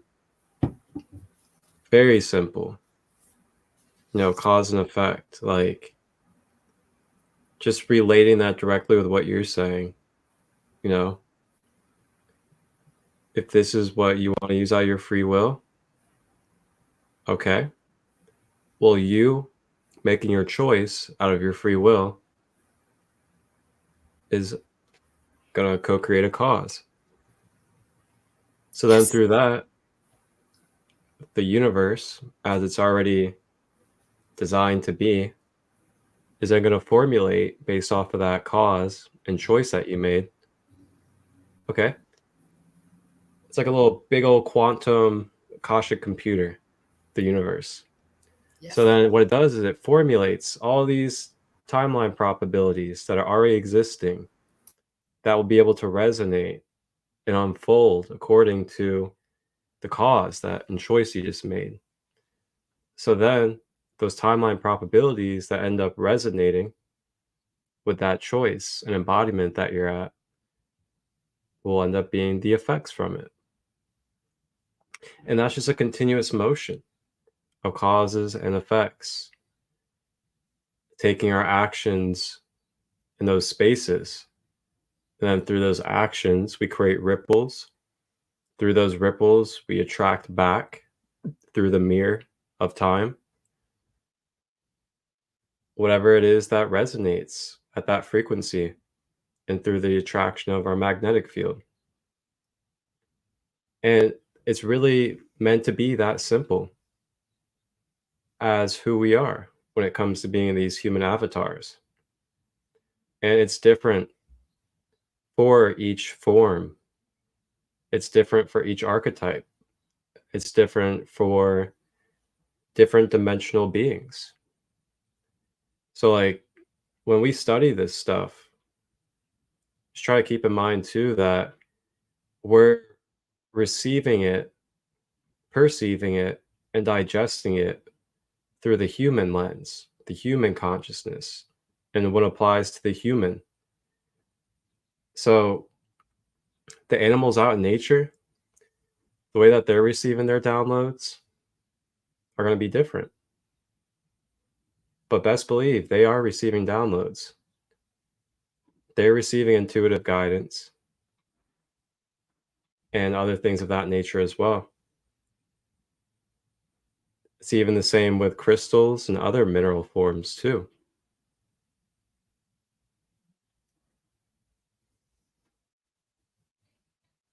So, it's been really big lately, within probably the last few days or week, the theme of energy that's been coming through in the collective. And it's been matching a lot from people I've been speaking with and coming across is really like temperance right now. Temperance, moderation, and groundedness. Turtle medicine. Slowing it down. Being consciously aware of the choices that we're making. Being consciously aware of the thoughts that we're continuing to feed. Being consciously aware of where we still have some imbalances in our emotions, whether it's pain from the past, attachments emotionally through relationships, or overflowing of emotions to where we're spilling and projecting all over. These can run rapid in our human lives if we aren't taking maintenance on self. So that's been really one of the biggest things coming through me lately is slowing down and really being aware of being present with ourselves. Mm-hmm. Remembering the importance of how tedious the universe really is and orchestrating our timelines, orchestrating the realities that we wish to experience. And something that I've really been taking on, doing more of is really being conscious of, the spells that I'm casting through my words. And I'm starting to get really more slowed down with that. Because, man, when we get on autopilot and we just start rolling on reactive wording and unconscious wording, I realize like how many times through my own wording, I would kind of like take a step forward or take 2 steps forward with what it is that I'm saying and what that supports for me. But then I'll find myself, get triggered or become ungrounded and scattered. And next thing I know, I'm like basically backtracking the things that I'm affirming and trying to manifest. And with that being said, I just came to this place. It was actually last night of just like, I'm going to start really slowing down my words and the things I'm telling myself in the universe. Because like I'm really seeing now how, that frequency really does assimilate into our reality, what it is that we want to manifest and attract. So if this really is the case, I'm really also going to be true to, the path of self-mastery and continue to grow with the knowledge that I have. I'm going to have to take the courage to ground in and integrate more of the knowledge that I've obtained. Just like we spoke on, I think it was the last episode, we emphasized actually integrating and utilizing the knowledge that we come across into our actual life, and then embodying that so it can become wisdom. And once it's wisdom, it's basically activated and stored inside of you at all times. So then you can access that wisdom through your own experience for your own lens. So that's definitely something I'm taking more action in, is kind of refreshing myself on the knowledge and tools that I have and seeing where I could integrate a little bit more, integrate with my own self, but also integrate into the collective as well.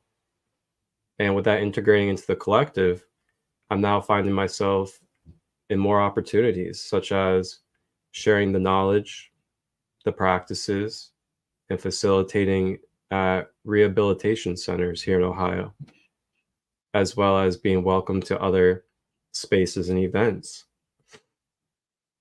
And with that also, I'm also reminded that the more I continue to step into these fields, into these places, I'm going to have to continue to grow with my patterns, grow with my habits, grow with the things that I'm continuing to focus on and allow into my life to affect me. And it's really interesting how we're always in this continuous motion of change. No matter how great things get or how bad things get, there's always a continuous motion of change taking place. And it is certainly a great mystery indeed. Back to you. I had muted because my air conditioner came on. So it makes me cough for a minute, the Freon. I love the way you said motion. Everything's always in motion. There's never a time where vibration and energy and frequency is not in motion. And the fact that he said that, and the divine had me open up the book, The Divine Design by Lori Ladd. I'm going to read you 3 short paragraphs. Okay. The divine showed me that it says, Earth as a higher dimensional consciousness, not as a planet, split from source and was experiencing itself in many frequencies, forms, and dimensional fields. Earth calls herself she, according to the channeler that wrote this book. She decided she wanted to play in lower dimensional field. She wanted to experience shifting within a lower dimensional field while in form body. She wanted to enter into a fifth dimensional form. We now call that Earth plane or Earth, planet Earth, within a 5D field and experience shifting into the seventh dimensional field with that same form. She wanted to shift, man. She wanted motion. So she said to the divine, I need to split from you so that I can do that. The divine says, well, I'll never be far from you because I'm going to move in, through, and as you're doing it. And Earth said, okay, Dad. Okay, Daddy. So the Earth plane, her body that they created for her, would shift frequencies and dimensions while as the Earth plane, and the higher dimensional consciousness would experience the shifting within the Earth plane. They just say it twice. This experience had never been done before. That's what the channeler or the higher being that was channeling to her said. We had never done it this way before.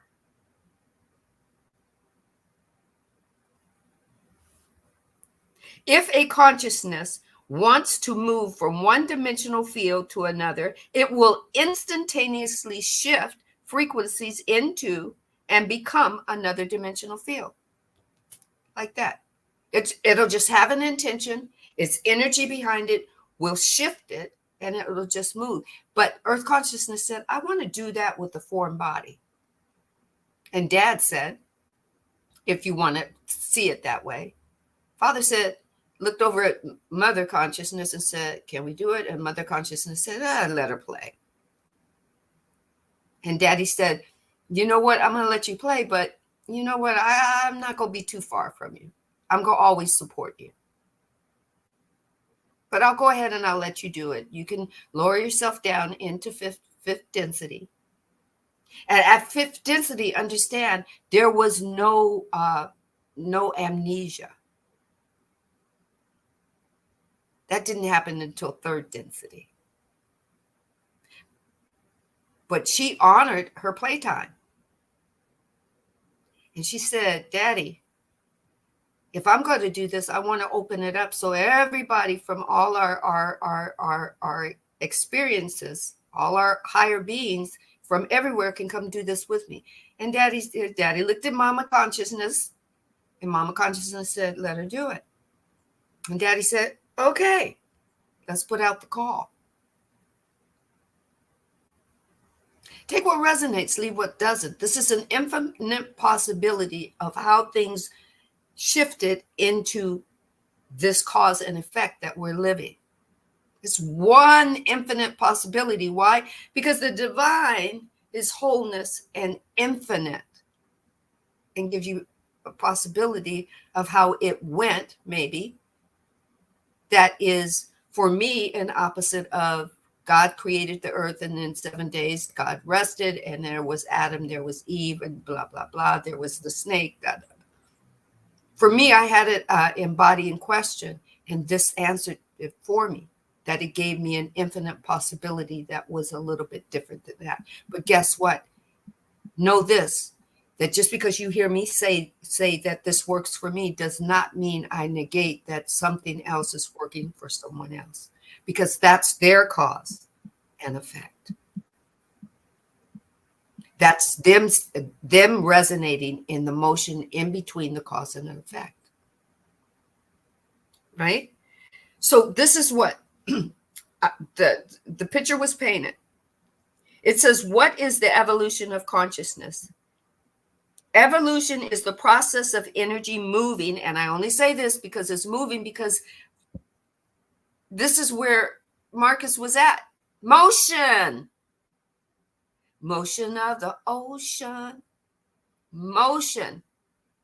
Evolution is the process of energy moving from a lower frequency and dimensional field to the next highest frequency and dimensional field. Growth, expansion, wisdom, understanding, learning, not learning, and evolution if you want it or not. So the 4 steps to evolution, they put acclimation. They spell that ACCLIMATION. So the first step of evolution is acclimation. The physical form continuously receiving high frequency light from the sun. This is what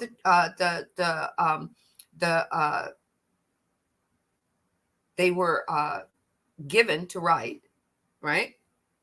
As the light enters the form, it begins to acclimate.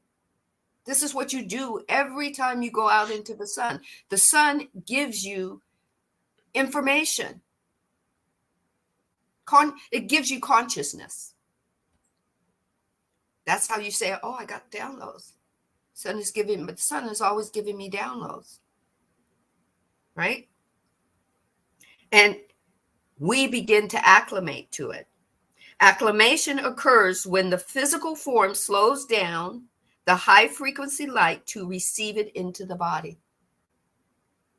Still moving. It's just slowing down because it's slowing down and becoming form. The frequency of the light is too high. The body won't be able to access the light and use it to shift into higher frequencies. The light will dissolve the body. If the body acclimates, it will settle into the physical body.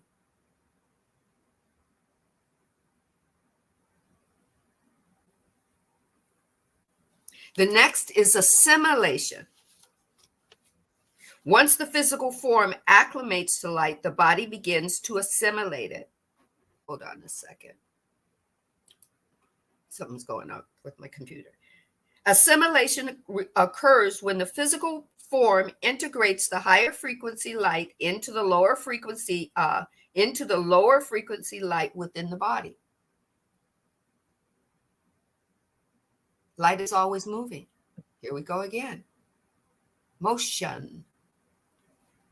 The higher frequency light then either pushes the density or lowers frequency light out of the body or merges the density light into the higher frequency light.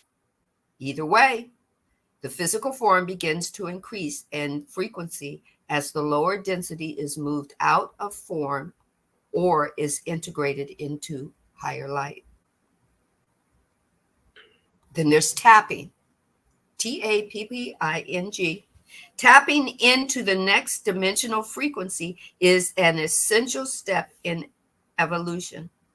As the physical form, your physical form, holds more light, the human aspect and the earth can feel and experience the next higher frequency and dimensional field. Did you hear that? Not just human. It said the physical form holds more light, and the human aspect and the earth can feel and experience the next highest frequency and dimensional field. They begin to tap into and experience the consciousness within that dimension. Earth consciousness and her human form, or her form, Earth plane or Earth, planet Earth, and human, body, mind, and soul, tap in to the consciousness that is, and you get to shift and expand.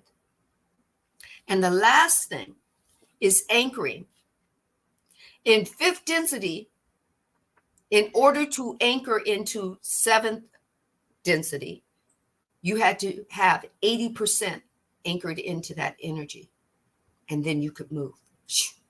You could shift. And guess what? 80% in 7th density and 30% in 5th density, you can be in both. You can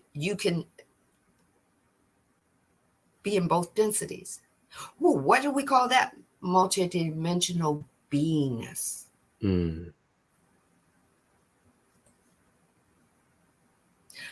Yes, the divine shared this all from Marcus saying motion is continuous.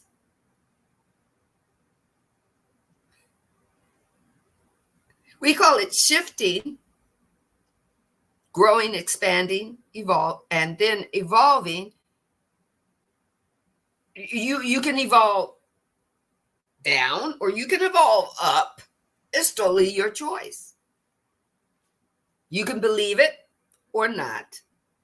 Guess what? It's a free will choice. Take what resonates, leave what doesn't. You don't have to believe that you're here to do anything at all.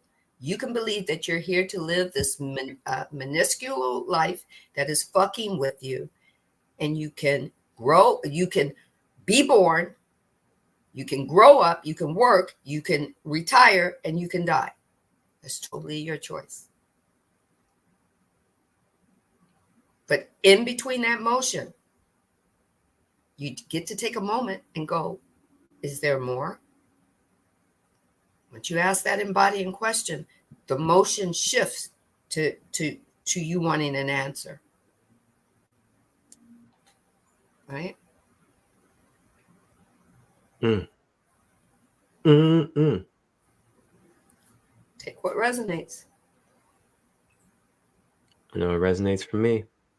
I'm going to take it all. Take it, yeah. Wow. Just divine wisdom says, multidimensional beings, we are being and experiencing whatever we choose with resonated frequencies. Exactly. Yep. Exactly. You can be whatever you want. You don't have to be what the raw materials say that you should be, or divine design or Kabbalion or the Bible or whatnot. You get to discern who you want to be. And you get to, as divine words of wisdom has always said with resonance, is you get to express any way that you want to express. You don't have to be Sandee. You don't have to be Soul Awakening with Sandra. You don't have to be sacred light. Right? You don't have to be Marcus.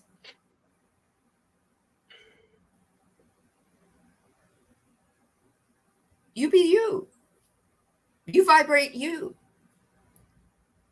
But I came on this magnificent journey and woke up to the fact that I want to serve others. I want to serve wholeness. Today was like the breakthrough for me. The polarity of positive is the service to others. That means today, I mean, I just vibrated all over. You go back and listen to this in YouTube form. It's service to others, is service to wholeness. I'm part of wholeness. So in me serving others, I'm serving me for my highest and greatest good. The moment I knew that my higher being had the choice to make a choice between a negative polarity and a positive polarity, I said, what can I do to help you? I sat there in meditation and said, how can I help you? Because it's not all about me, the form or the mind. I'm woke. I can't go back to sleep. So how am I going to help you? Because if I help you, I help me. If I grow you, I grow me. Take what resonates. Whew. And we'll be back for book 2. Episode 17. Oh my God, yeah. My God.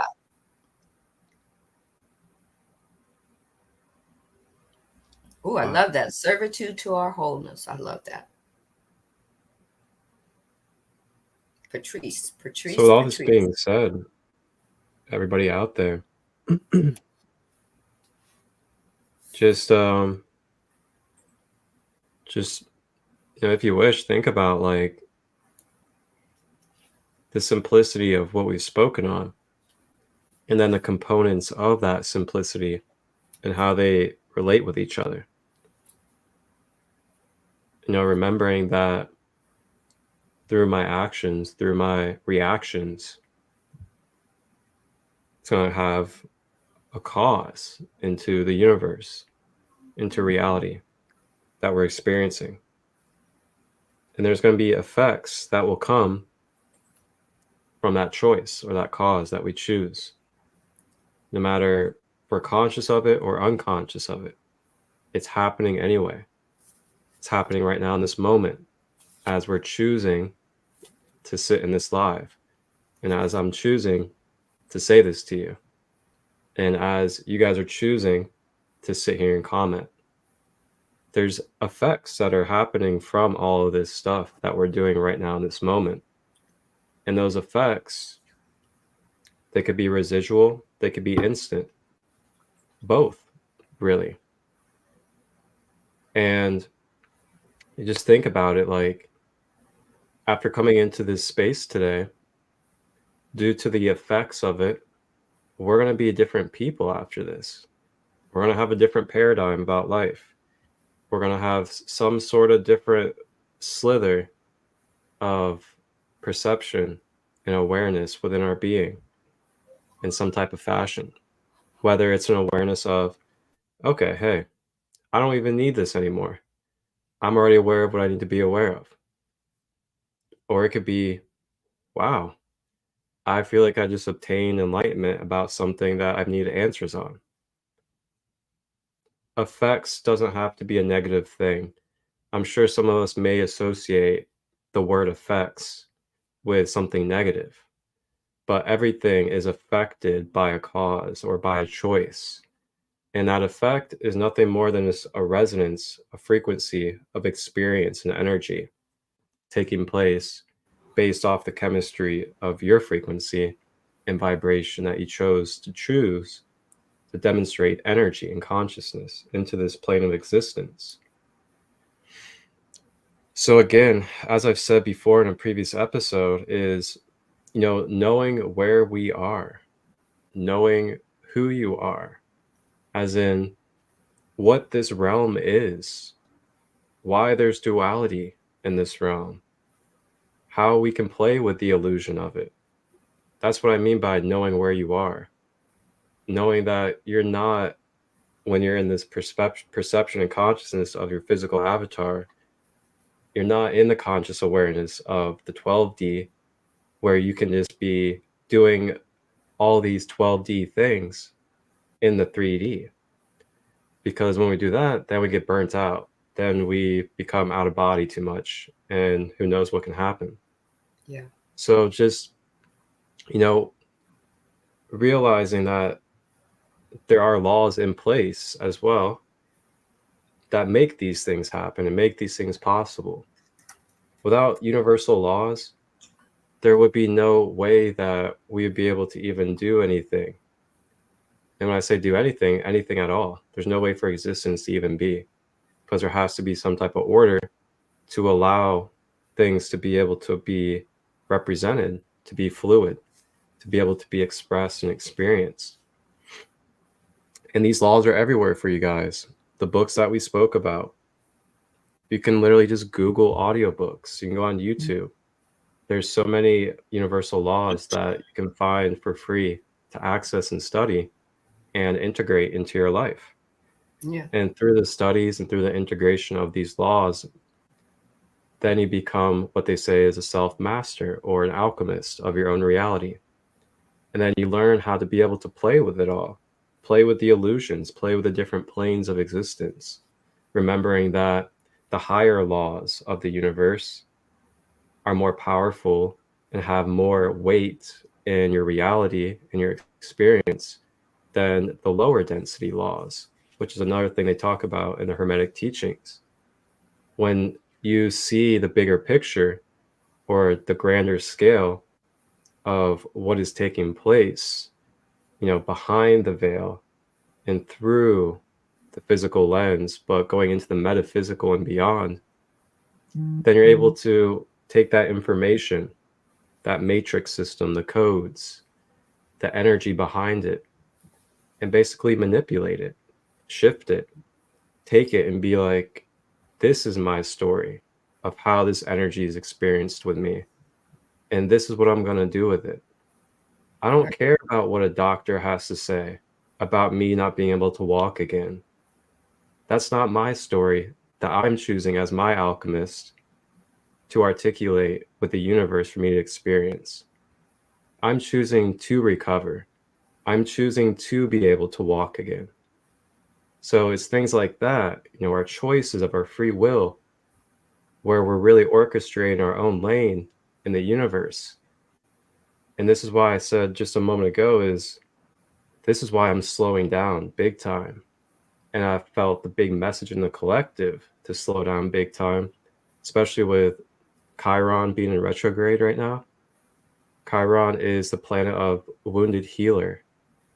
So there's a lot of wounded healing in the collective that's coming to the surface.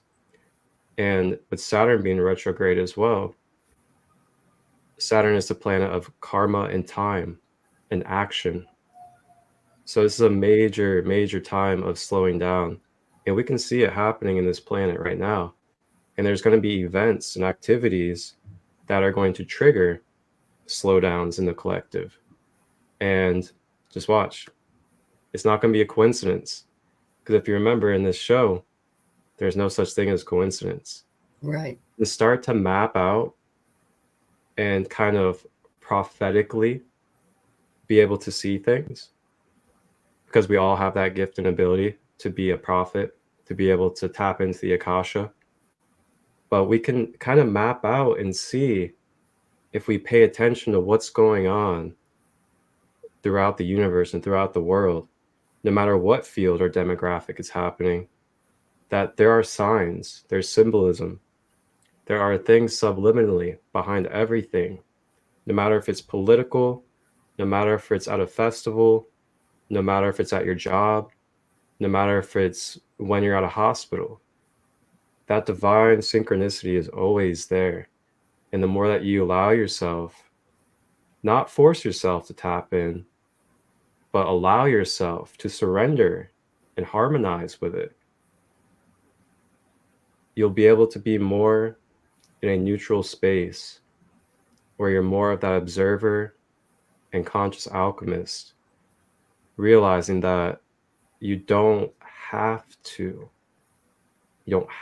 attach to the world. You don't have to attach to the experience that's coming through you, but you can experience it, observe it, allow yourself to process the emotions that come through it, as the emotions will be very temporary, and then integrate whatever information you want to take in and leave the rest, as our wonderful sister Sandee says. Just take what resonates, leave the rest, right? Exactly. I want to share what Divine Words of Wisdom Patrice said. She said, and she's saying this for what you said. She said, absolutely, being within these frequencies affects other visions or other versions of ourselves, as well as the self through our connectedness, the true aspect of our unity of consciousness. Then she goes on to say that she was also agreeing with us being the creators of our story. No matter what story is being told to us, we can always take that and go, hey, she knows my favorite word, opt out. That's what free will is about. You get to opt out of the story. Even though, yes, our higher beings may have said, well, we're going to come on and we're going to play this. But when you're tired of playing on the playground, you get to opt out. When you go, I'm tired of playing on this jungle gym with you. I need something else. You know, go call somebody else in to step into my spot. I'm going to go over there. Right? It's our story. This is all Ra is saying, is we've come to tell you some information. We've come to share it with you. The first time, well over 11,000 years ago, they graced the planet and walked amongst them humans or humanity and gave them so much information, and then certain people decided to distort it for their own greater and highest good and leave. They didn't do the service to wholeness. They didn't do service to others. So Ra, that sixth density complex, had to leave. It was their choice, their free will choice. They said, we can't do this now. They're not ready. They had to leave. They made the free will choice to stay in whatever we call space vehicles, or we could call their motorhomes, right? And they decided to stay and watch us till they thought their impression, their perception was that they're ready to hear it, but we're going to do it a different way. We're going to stay within range and channel through somebody that's ready, that's open. And this way, it will honor everyone on that planet's free will. So the questions that are asked when Ra says, hey, we can't answer that because that infringes your free will, can you ask the question in a different format, a different way? It's to keep everyone, wholeness, the law of one's free will intact. So you can take what resonates and leave what doesn't. You can take bits and pieces of it, and you can formulate your life, called the puzzle of your life, and the pieces, and see what fits. Maybe the reason why your puzzle piece doesn't fit in that groove anymore quite correctly is because that puzzle piece itself on the puzzle board has changed. You shifted. And the only one that's going to know that you shifted is you. And the only way you're going to know that is if you embody you from the inside out, and you ask an embodying question to your higher beingness, to that higher version of you. Make sure take the time to figure out what questions you need to ask. Because a book is a book until it becomes a vibrational story to you. Children, think about it. I'm not going to just say children. I'm going to say myself.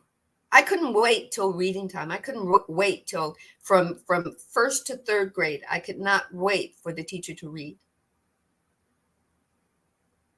So I could play make-believe in my head. I could dress the characters the way I saw them from her vibrational resonance to me.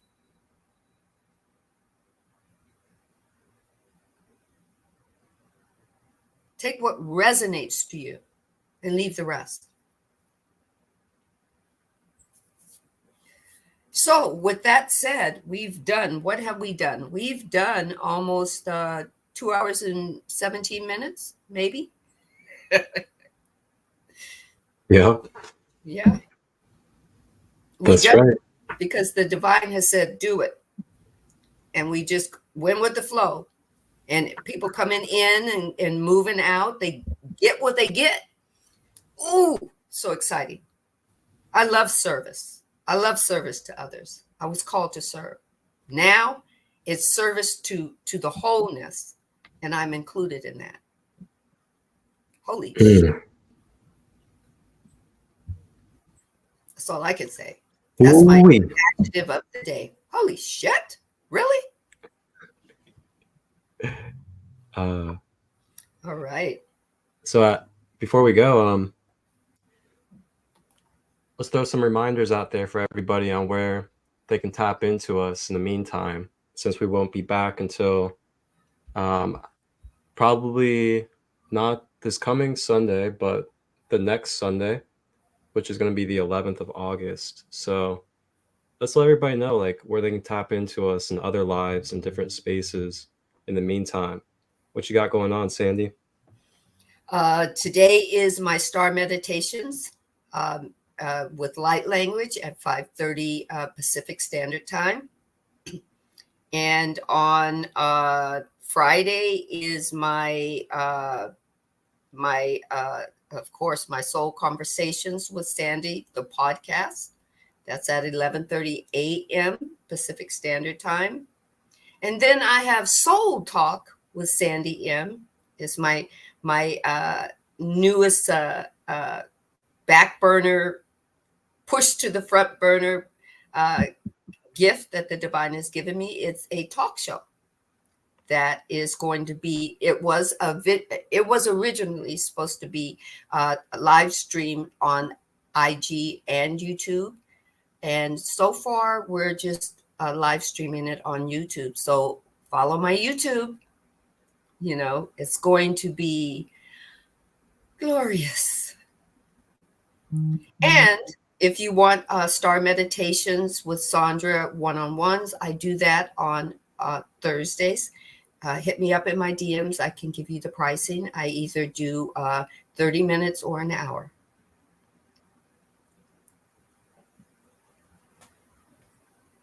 Wonderful. Wonderful. And I have pulled up here for all of you guys. I have pulled up for you guys Sandee's YouTube channel, so you guys can get a look at it here. That's what the channel looks like. Soul Awakening with Sandra.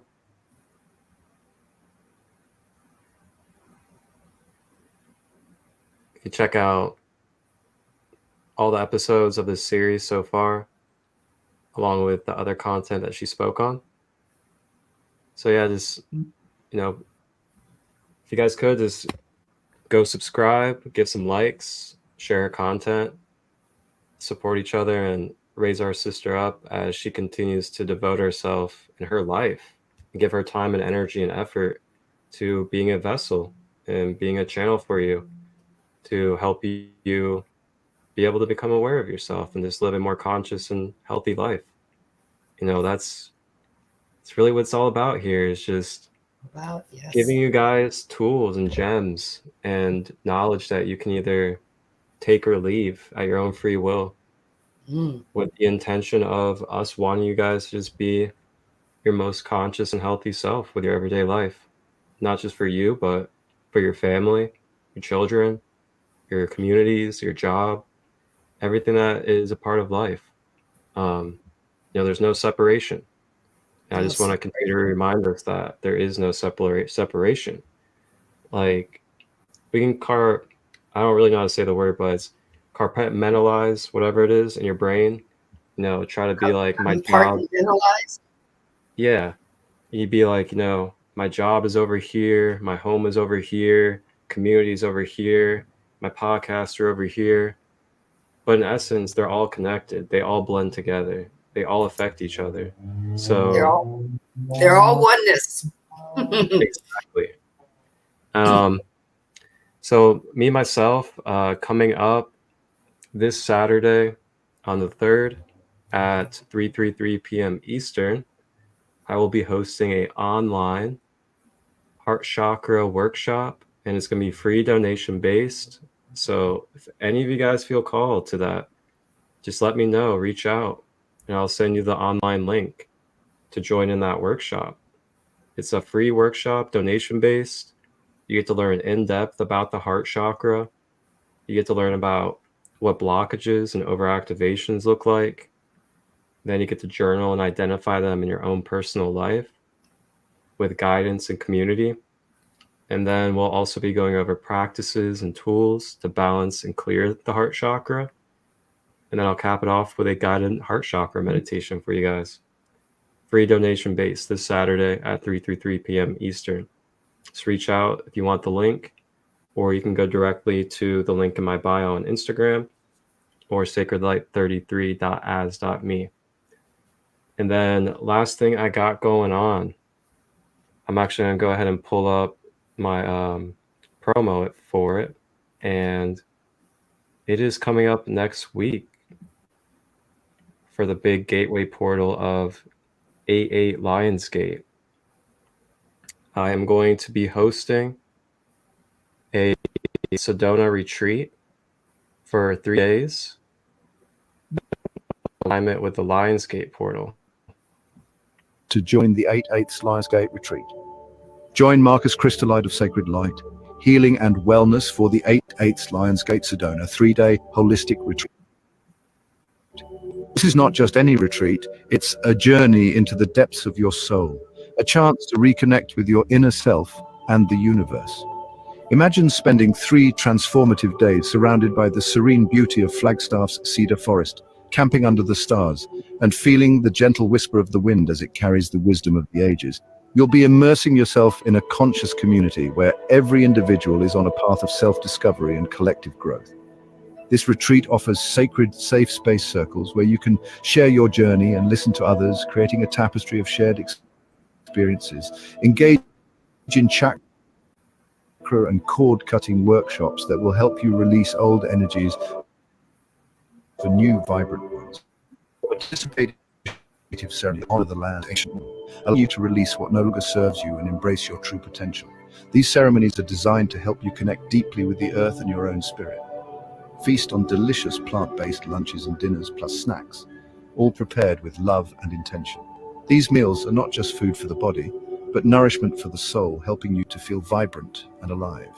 As you nourish your body and soul, you'll find yourself feeling more connected to the earth and to your own inner wisdom. On the powerful 8/8 Lionsgate, we'll gather in Sedona, a place known for its powerful energy vortexes and stunning red rock formations. We'll intentionally align with the gateway portal for optimal healing and grounding activations for our path forward. This is a time of powerful cosmic alignment, and being in Sedona will amplify the energies available to us. Spaces are limited, so don't miss your chance to join us on this sacred journey. This is an opportunity to step away from the hustle and bustle of everyday life and immerse yourself in a space of healing and transformation. Sign up today at sacredlight33.me or DM Marcus Christolight for more info. Don't wait, as spaces are filling up quickly and you don't want to miss out on this life-changing experience. Transform your life, heal your soul, and step into your highest self at the 8/8 Lionsgate Retreat. This is more than just a retreat. It's a call to your soul to rise and shine. Oh, we can't wait to welcome you. Come join us and be part of a community that supports and uplifts each other. Together we will create a space of love, healing, and transformation. See you there. So yep, there you have it. Coming up from the 6th to the 8th next week, I will be hosting a Sedona retreat for Lionsgate, 3 days, only at the price of $188 for 3 days. There will be multiple workshops, including chakra lesson on the 12 chakras. There will be subconscious reprogramming. There will be cord cutting and clearing. There will also be some traditional elemental native ceremonies going on. And we'll also be camping out outside in cedar forest close by Sedona. And then we'll be spending a full day on 8/8 in Sedona doing ceremonies and alignments with the vortexes and gateways. So if you guys are interested in that, you're looking for something to do next week, and you're wanting to be a part of a community and really embrace the Lionsgate portal, feel free to reach out. Only $188 for 3 days. You get your food taken care of. You get the camping taken care of. You get workshops, conscious community, and unconditional love. That's what I got for you guys coming up. I love it. I love it. I love it. I love it. I love it. Also, to let you know that I will start back doing my reading Monday through Thursday. I'm going to start that this week. And usually it's going to be around between 1 and 1:30. Hey, you know, sometimes life gets caught up in there. So I get on and I read. When the divine says, do it, I do it. We're reading now Journey of Souls. And it helps people understand the transition. And it gives you a infinite possibility of transitional souls transitioning from one human vessel, going back to the divine, the journey back to the divine. What happens, or approximation of what happens, and how what happens before it takes another human vessel, if it does, right? So I will be doing that beginning tomorrow morning. And what is today? Let's see. Today is Wednesday.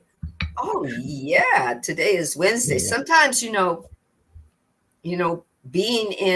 seeing third density through a higher consciousness, sometimes I lose sight of days or times or whatnot. So that's why I have to schedule everything. That's why I have to put it in a book, write it in a book, say it, remember it, have my higher being kind of shout it to me softly while I'm sleeping.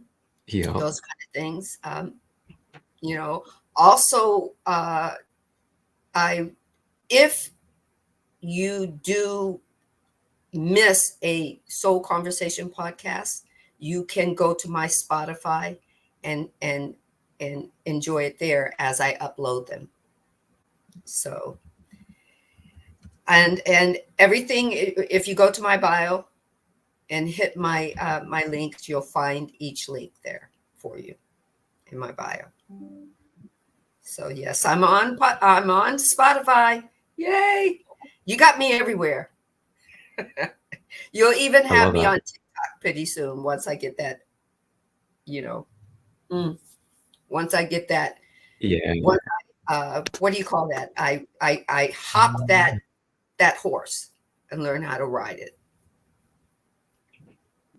So anyway, so this coming up week, we will be taking a break. Thank you. Yes, Soul Conversations with Sandra. Thank you. Join me in service to others. Just join me. You're going to find that there are some really good conversations that I've had over the period of the last 2 years, and you might find some information that you need. You might find a little information about law of attraction or law of cause and effect, how to use it in a portion of your life. So many great conversations there. And I do this all to serve.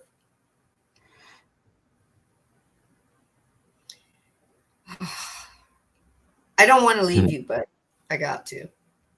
I must to. I don't want to leave you, but I have to.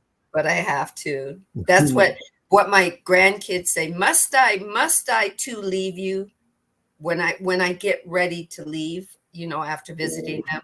And then I go, yes, I must to. So thank you for being part of the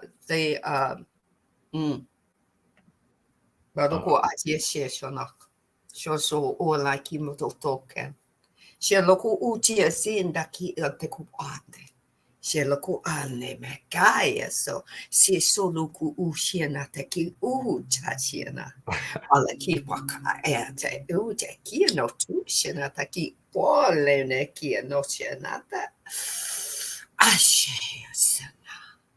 Ashe.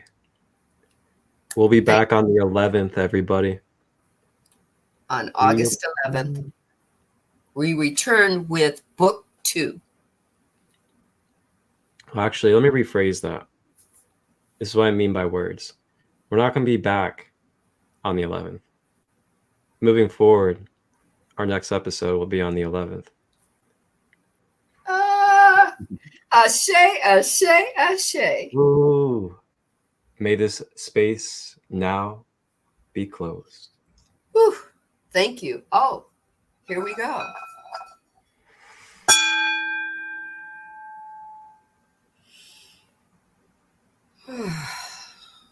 Madoko anime here se sonada. Shena toko on kia sena. Poloku shena. Naktu ashe.